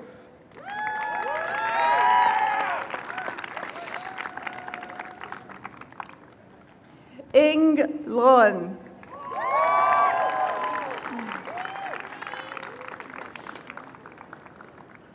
Haley Marie Lopez.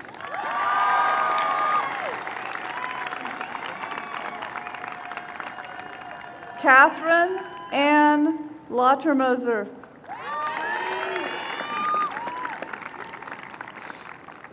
Carolyn Joan McDonald.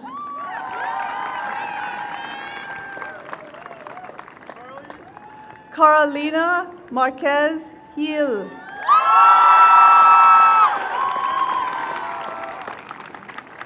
Thomas Michael Marshall.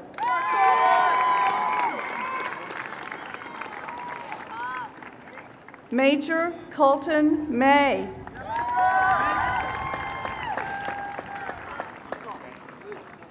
Samantha Ann McConnell.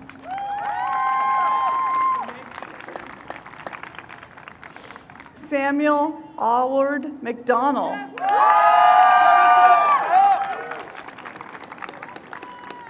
Valerie Susan McGraw. Zachary Bryant McGriff.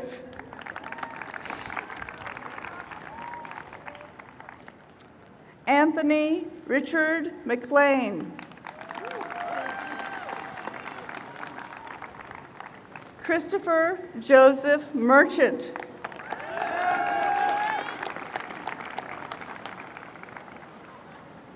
Abraham Hani Mahaladi.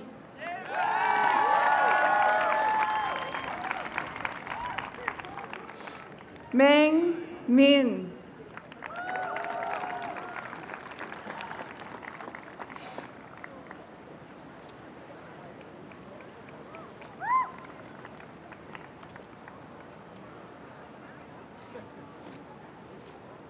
Alexander Christopher Mitchell.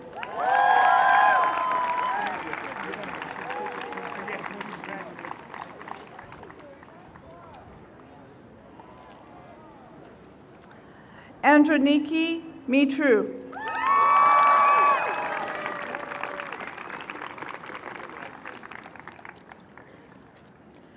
Noah Wild Moselle.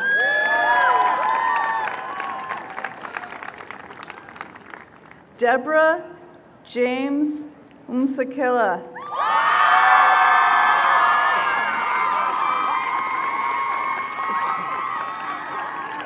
Connor Patrick Mulligan.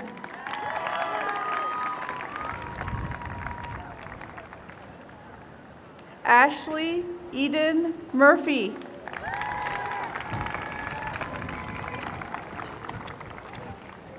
Lacey Amara Murray.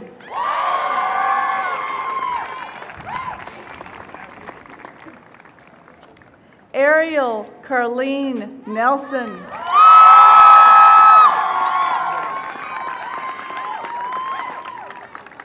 Henry Jacob Nelson.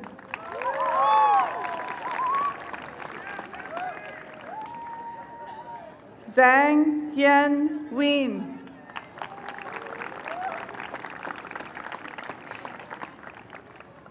Chong Ming Wien.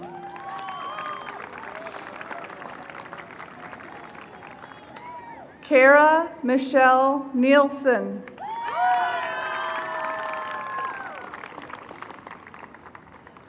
Caitlin Victoria Norton.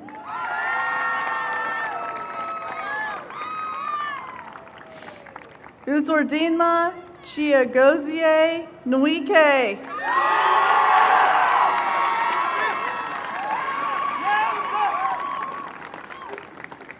Stefanabong Martilda Abat.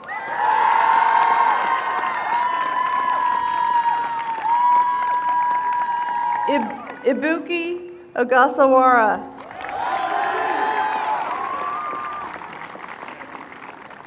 Bridget Rose O'Malley.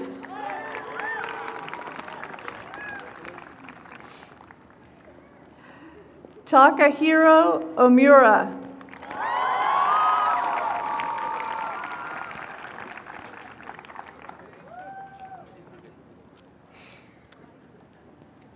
Michael Kofi Osuwu.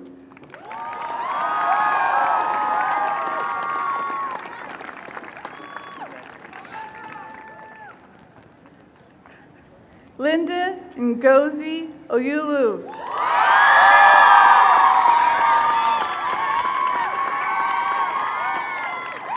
James Thomas Page.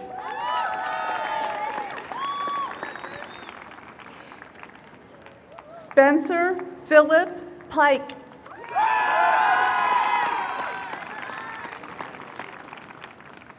Carolyn R. Peckham.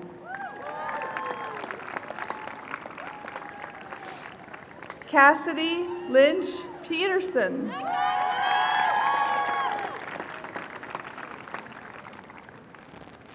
Krit Petra Chayaman.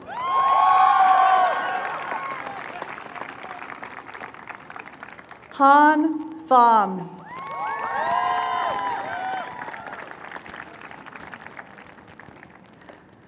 Thomas Kwachunick Pitcher.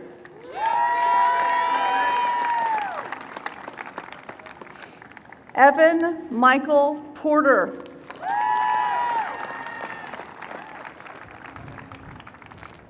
Destiny Marie Powell.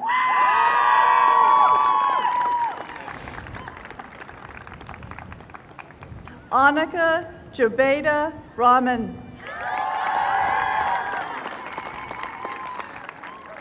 Anne McNaught Ramey.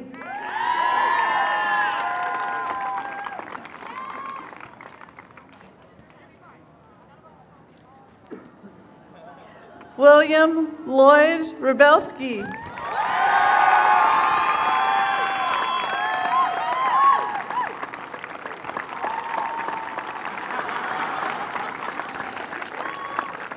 Blake Jonathan Riffle.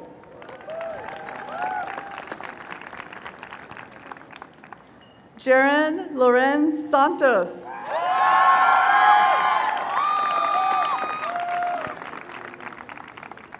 Jamie Lynn Shafroth.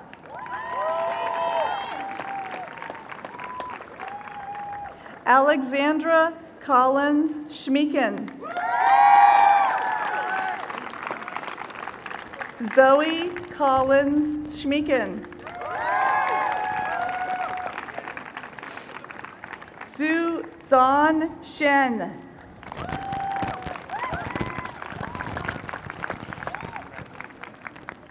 Carolyn Lawrence Silverman. Colton Thomas Sylvia.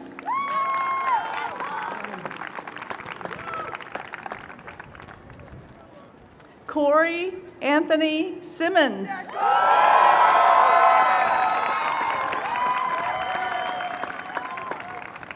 Michaela Diane Skelton.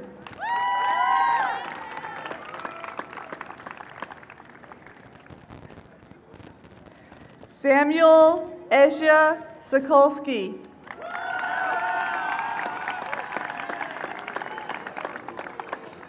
Lydia Martha Storia.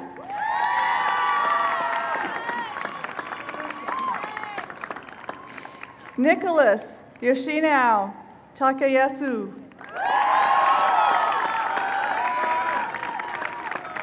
Sydney Sterling Tardu. Miranda Elizabeth Thomas. Megan Elizabeth Trikel.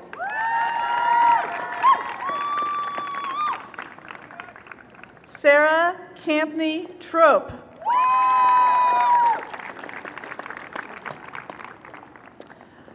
Marios Sakasidis in absentia. Beth Sua.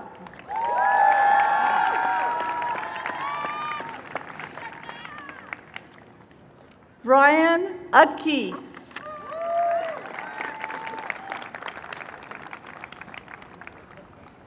Seth Everett Van Helton.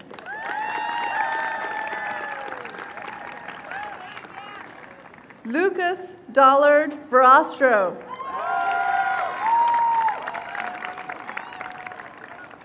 Teresa Rosa Villarreal.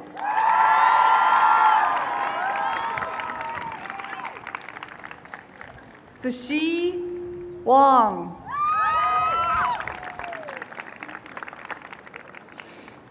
Lillian May Steerholtz Webster.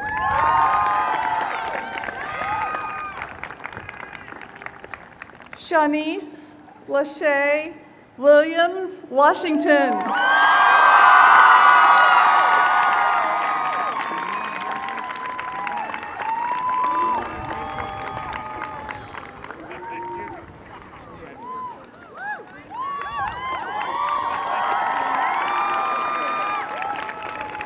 Andrew Keith Wills.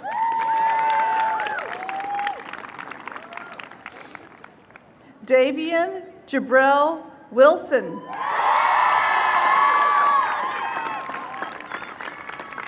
Rebecca Boland Wong.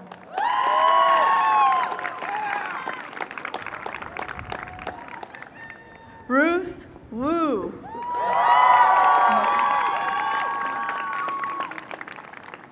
Yimin Wu.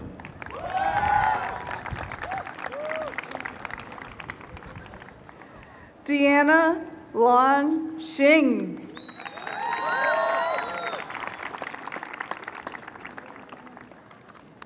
Iran Xu.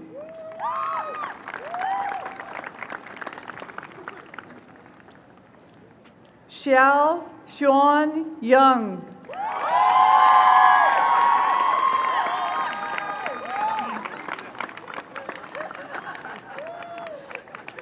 Ryan James Yellott.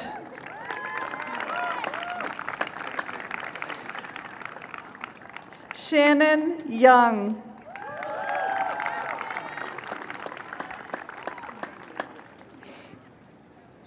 Yue Yu.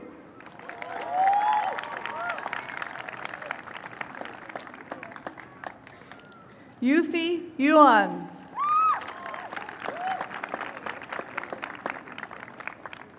Sami Zahid.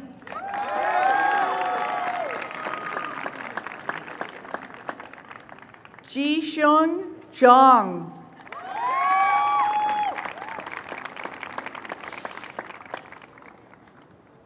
Kai-Chian Zhang.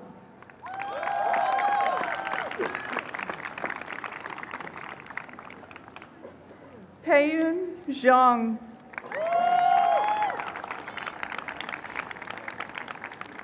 Ying Xian.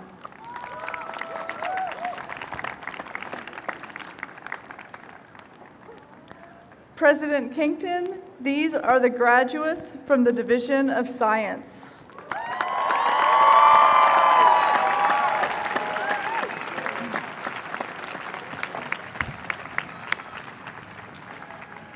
President Kington, Professor Monty Roper will call the graduates in the Division of Social Studies. Will the graduates to the Bachelor of Arts degree from the Division of Social Studies please come to the platform as instructed by the Marshal?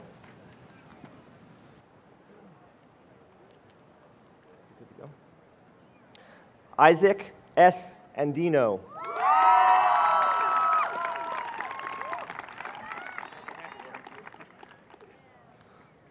Dhruv Bakshi.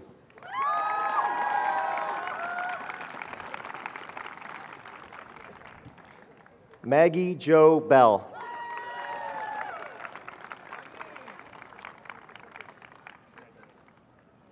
Benjamin Rablin Benversi.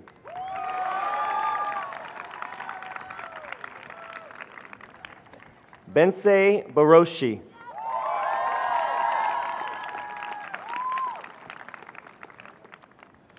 Jonathan Itala Brown.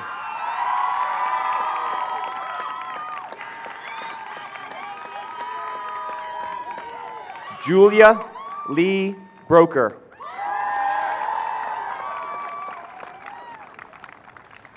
Maxandra Cadet.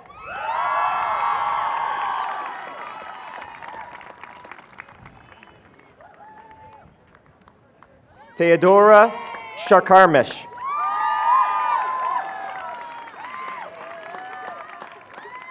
Nathan Zachary Calvin.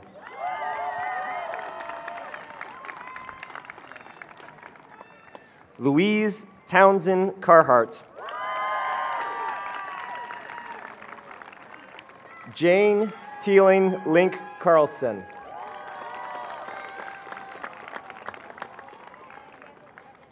Megan Elizabeth Caulfeld.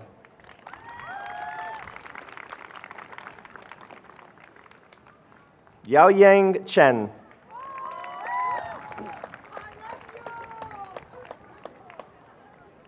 Jenny Chi.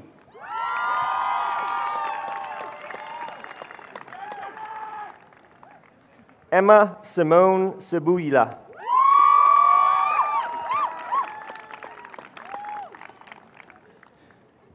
Kieran Joseph Connolly.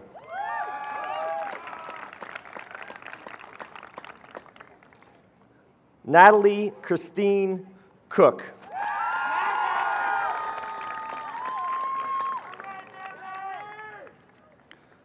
Paula K. Shanika Cousins.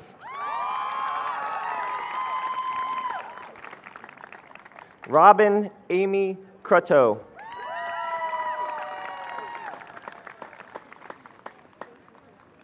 Nicholas Fletcher Kurta.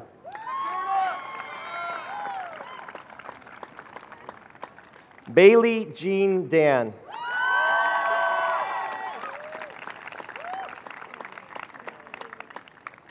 Karen J. DiMarzio. Okay. That's Kyron, sorry. Desiree Dos Santos de Mota.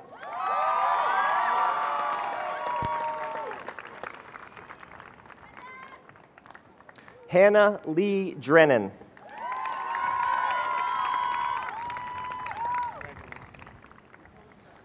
Riley Drexler.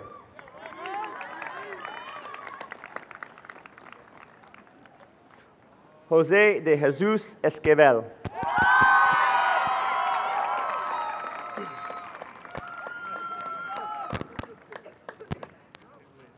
Eileen Francis Fordham.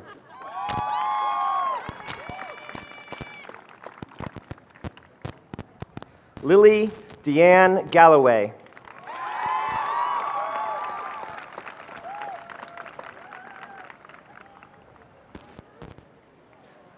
Anisu Gamanya.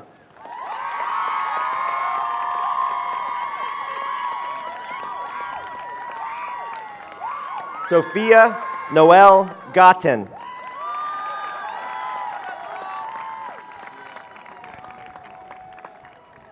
Lillian T. G.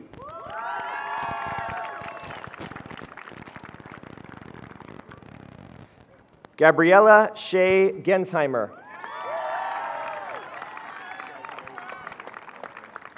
Jack Seaver Grain.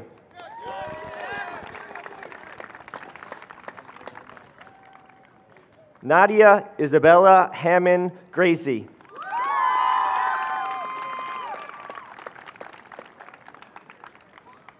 Geneva Fatima Guadalupe.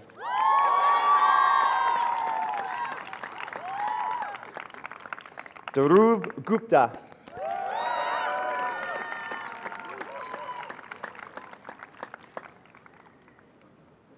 William Parrish Hamilton.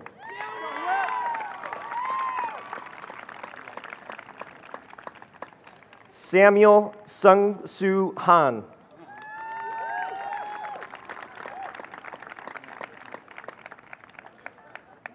Brian Misrai Hernandez.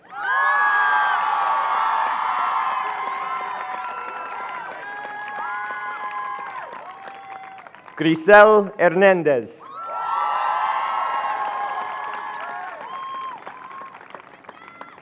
Stuart Thomas Hoig.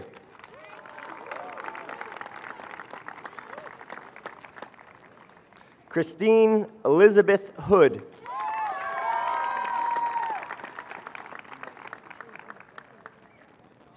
Ruth W. Isaac.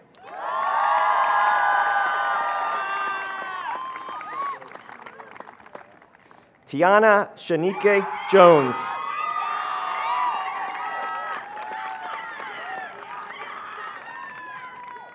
Una L. Jordan.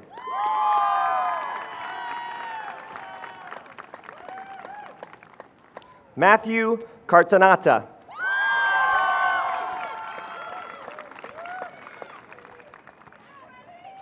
Ariel Marissa Keller.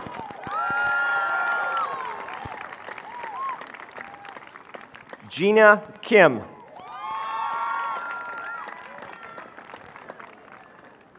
Grant S. Koch.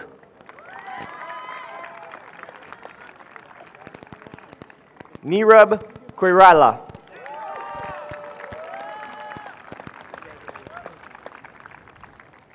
Molly Kraus Steinmetz.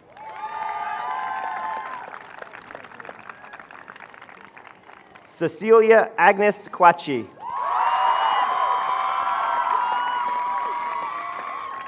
Anthony Lamb.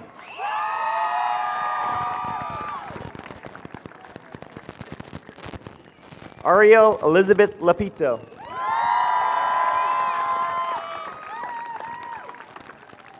Eva Helen Lilienfeld.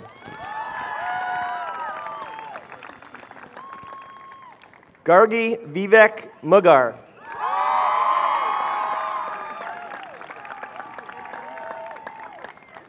Torrin Germain Marks Jr.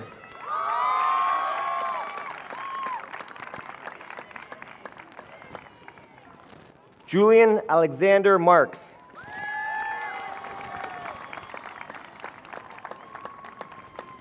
Finton Rowan Mason.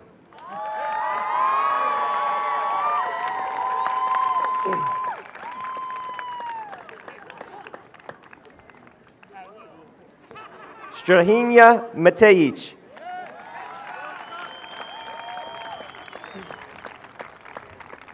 Noah Phillips Matthews.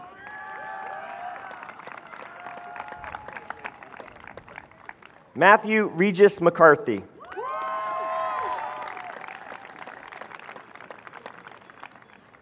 Matthew Dalton Madrano.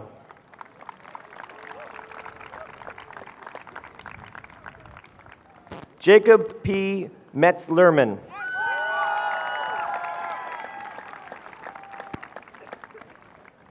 Cole Harrington Miller.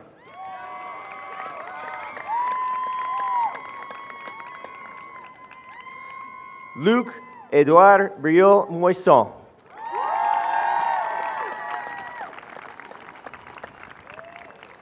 Kevin Emmanuel Molina.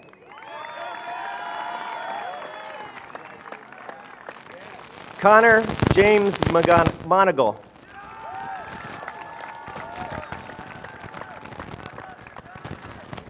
Daria Moskalenko. Nigel Wolf Murphy.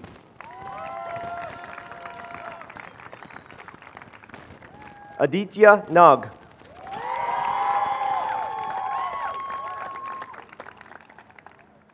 Elizabeth Jamie Nelson.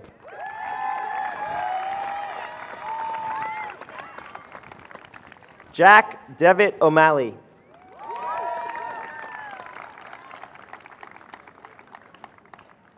Madeline Ann O'Meara.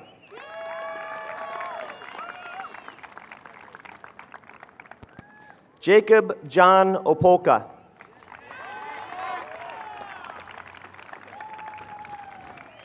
Alejandro Orozco.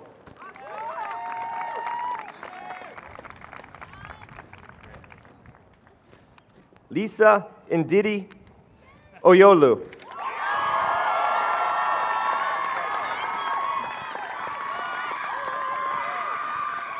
Annika Julia Peterson.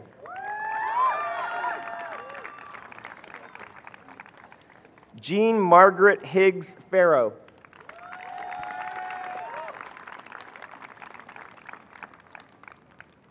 Michael J. Porter.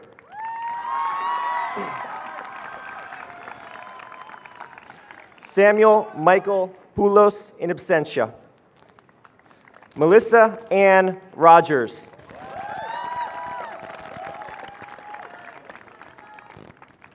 Dixon Everett Allende Romeo in absentia. Mara L. Rosenberg.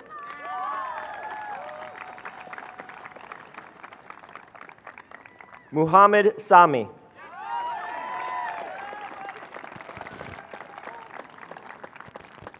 Sarah Megan Schlacks.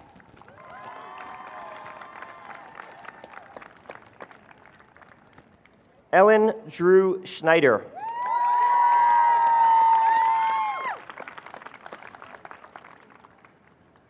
Linnea Marie Schurig.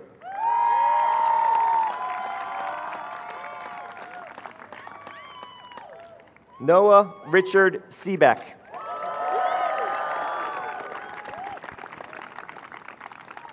Rebecca Lee Siglin.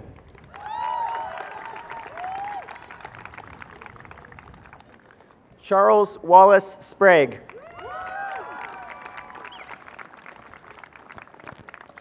Hannah Louise Stadler.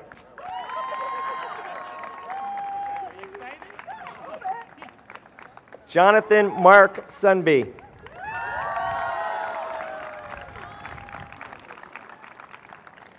Mineta Suzuki.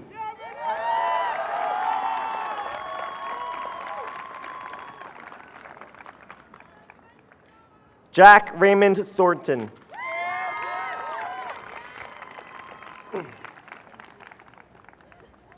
Teague Jamerson Towner.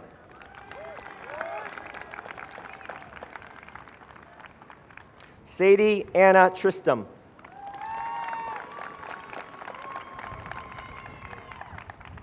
Hannah Elaine Truesdale.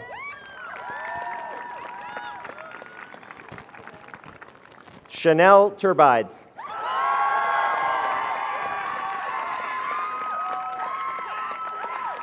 Oliver Carter Vandisto.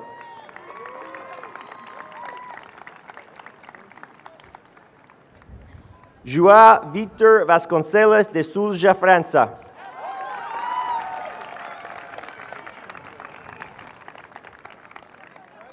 Sarah Elizabeth Watson.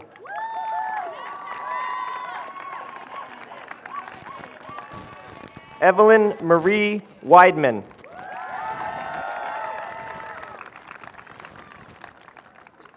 Steve Zhang Yang.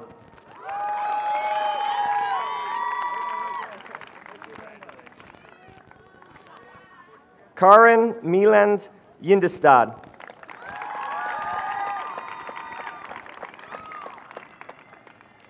Ife Zhang, in absentia. Miliana Rose Zanarich.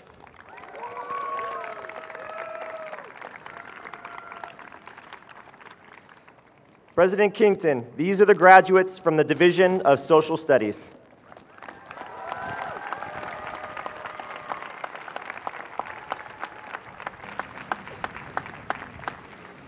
President Kington, Dean Michael Latham will call the graduates to the Bachelor of Arts degree with independent and interdivisional majors.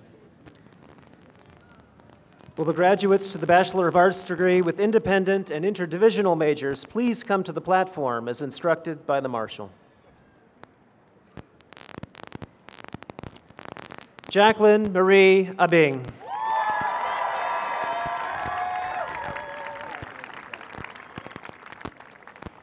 Bridget M. Carmichael.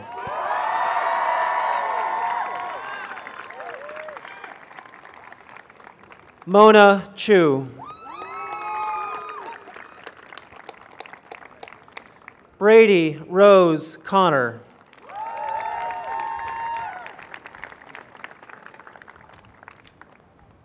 Julia Simone Astacio Downs.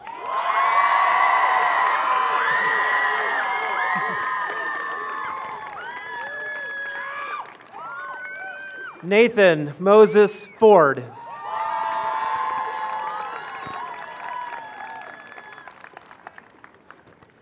Merlin Grant.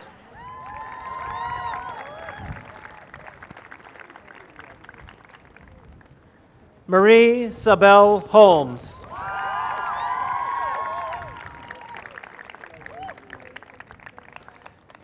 Jennifer Augusta Hoops.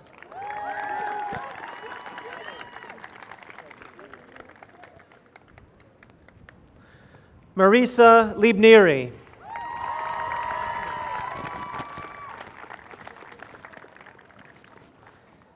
Julia Marquez Upman.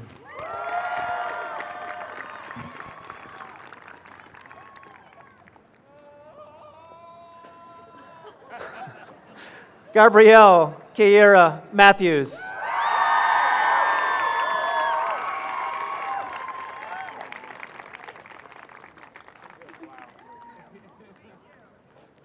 Aisha Mirzahil.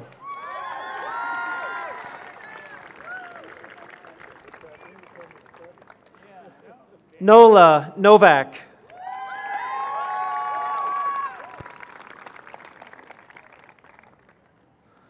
Armando Parris.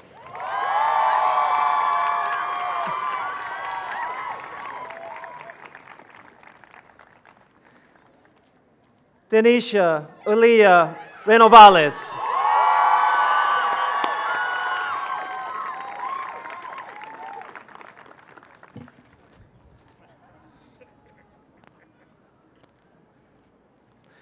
Michelle Reisesher.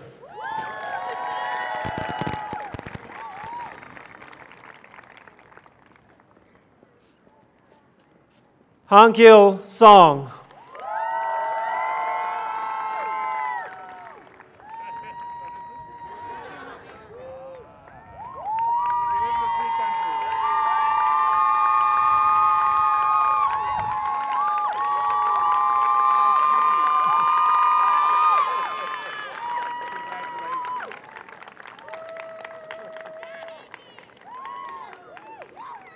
Rosel Reva Tenorio.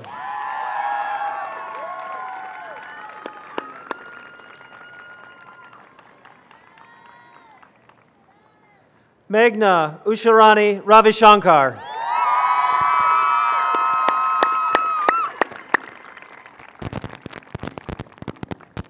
Jesus Omar Villalobos.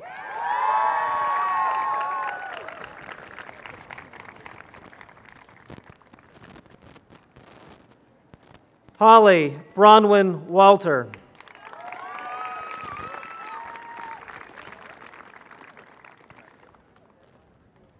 The Andrew W. Archibald Prize for Highest Scholarship is awarded at each commencement to that student or students who have attained the best record of academic achievement over the 4-year period of collegiate work. Established in 1927, the award is named for its donor, the Reverend Andrew W. Archibald, who serves as a distinguished member of the college's Board of Trustees. It is my pleasure to present one of the Archibald Prize medalists for 2017, Brianna Lynn Wilson.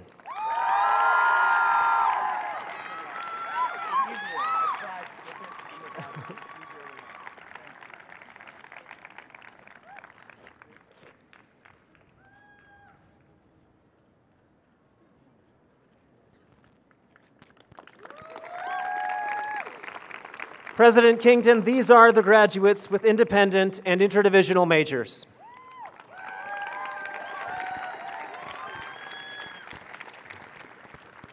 President Kington, I wish at this time to recognize the members of the class of 2017 who have been accepted into the 9th semester program leading to Iowa Teaching Certification.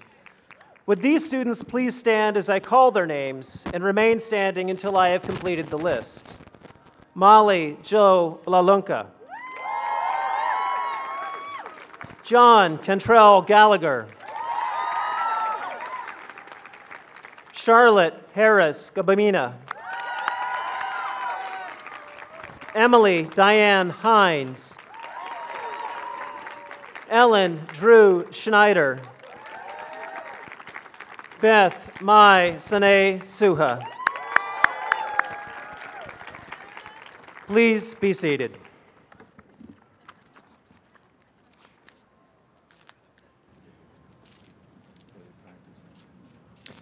Will the graduates to the degree of Bachelor of Arts please rise?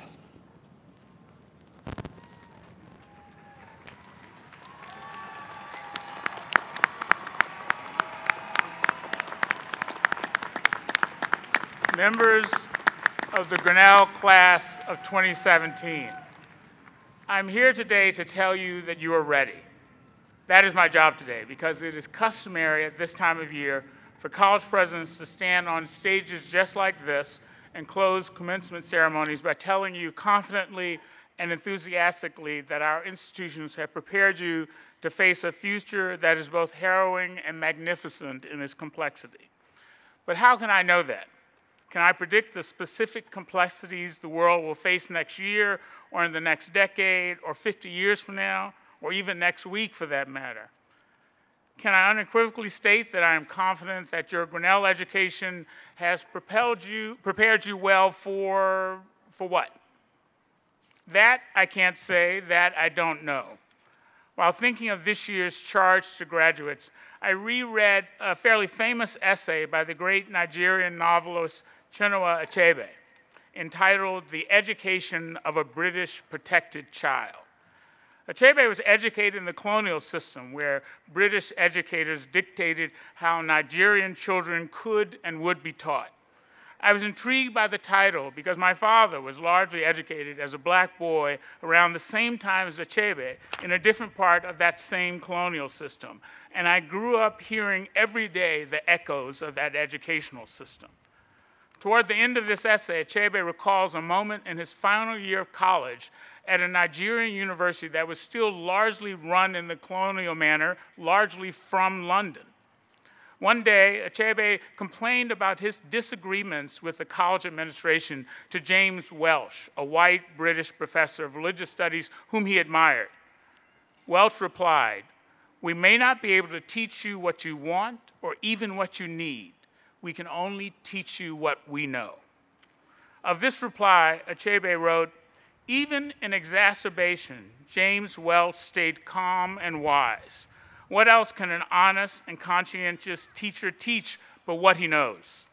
The real teachers I've had in my life have been people who did not necessarily know what my needs would ultimately be, but went ahead anyhow in good faith and with passion to tell me what they knew, leaving it to me to sort out whatever I could use in the search for the things that belong to my peace. This is what I know your teachers and mentors and your various communities have done for you at Grinnell. We've not always been a perfect institution, but we've been an evolving one, growing and adapting to new challenges, sometimes in real time as they're happening. Sometimes we've found innovative solutions, and sometimes we've hit walls. Through it all, our faculty and staff do their very best to offer up what they know, to model a spirit of critical reflection and challenging inquiry while sharing what they've experienced, but even that sometimes falls short. Achebe's meditation on the imperfections and the injustices of his colonial education leads him to this insight. The great thing about being human is our ability to face adversity down by refusing to be defined by it. Here on this campus, you've likely experienced both joy and frustration, both success and adversity, both togetherness and conflict.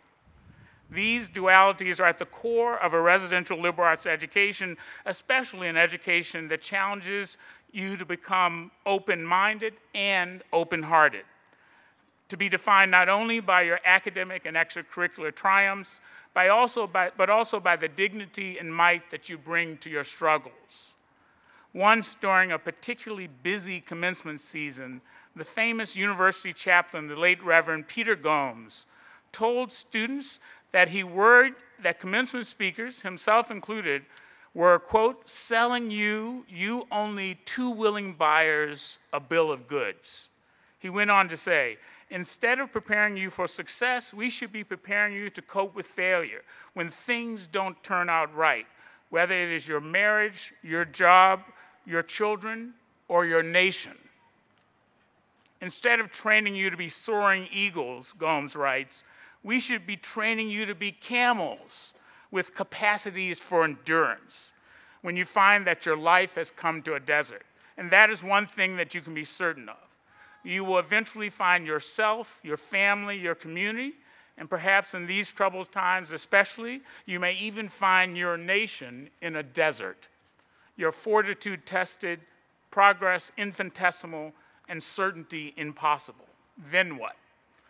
Then you must remind yourself that infinitesimal progress is progress, that working toward what is right, even without certainty, is honoring humankind's greatest possibilities. One of the historical figures I find most inspiring is probably someone many of you have never heard of, an educator and activist named Septima Clark. In the late 1950s, as the civil rights movement gained momentum across the American South, Septima Clark began a training program for African Americans known as citizenship schools. Hundreds of these schools bloomed in homes and the back of stores across the South in that decade and the next, teaching African Americans not only the literacy skills they needed to actually register to vote, but also an understanding of their obligations and rights as citizens and, yes, ultimately as protesters. Through these schools, tens of thousands of African Americans not only ensured their right to vote, but also understood how they might establish local voting leagues and lobby for better municipal services and build the confidence and the knowledge necessary to go out and campaign for the basic rights of American citizenship. Remembering the beginnings of the citizenship schools in the 1950s, Clark said the following. She said, "Don't ever think that everything went right. It didn't. Many times there were failures, but we had to mull over these failures and work until we get them ironed out." Mulling over our failures probably doesn't sound like a very inspiring activity. But both Achebe and Clark knew that lasting change and revolutionary thinking could come from imperfect educations and failed experiments, that they could come from having one's mind expanded and one's endurance tested in less than optimal conditions. They knew, in short, that possessing what Gomes called capacity for endurance meant a constant striving toward what they believed was right, even when it was not popular or convenient or easy. Out of a British colonial education that stemmed from a system that Achebe knew was essentially a denial of human worth and dignity, he opened his mind and his heart, enduring many trials to become what many have called the father of modern African writing and Africa's greatest storyteller. Out of the depths of the Jim Crow South, Septima Clark established a new, quiet, and ultimately revolutionary way of educating and empowering African Americans in the years leading up to the more visible headline-grabbing moments of the Civil Rights Movement. And so the truth is this: we, your Grinnell College professors, mentors, staffers, and leaders, have done our very best to give you everything we know, to teach you and inspire you to the very best of our abilities.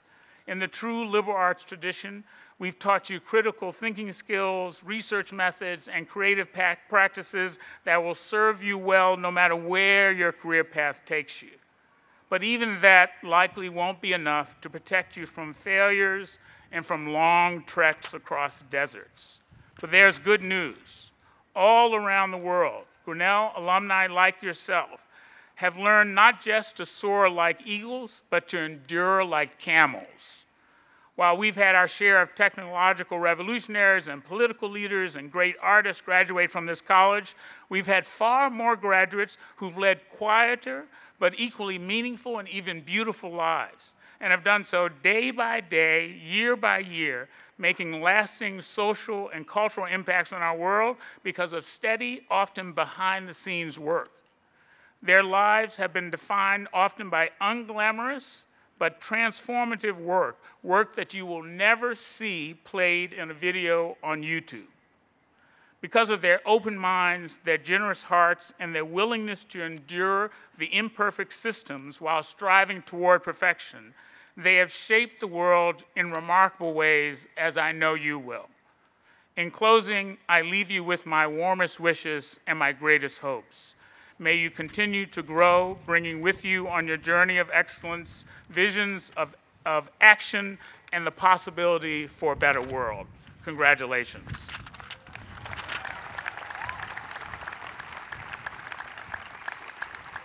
I now ask that everyone stand as you're able to receive the benediction.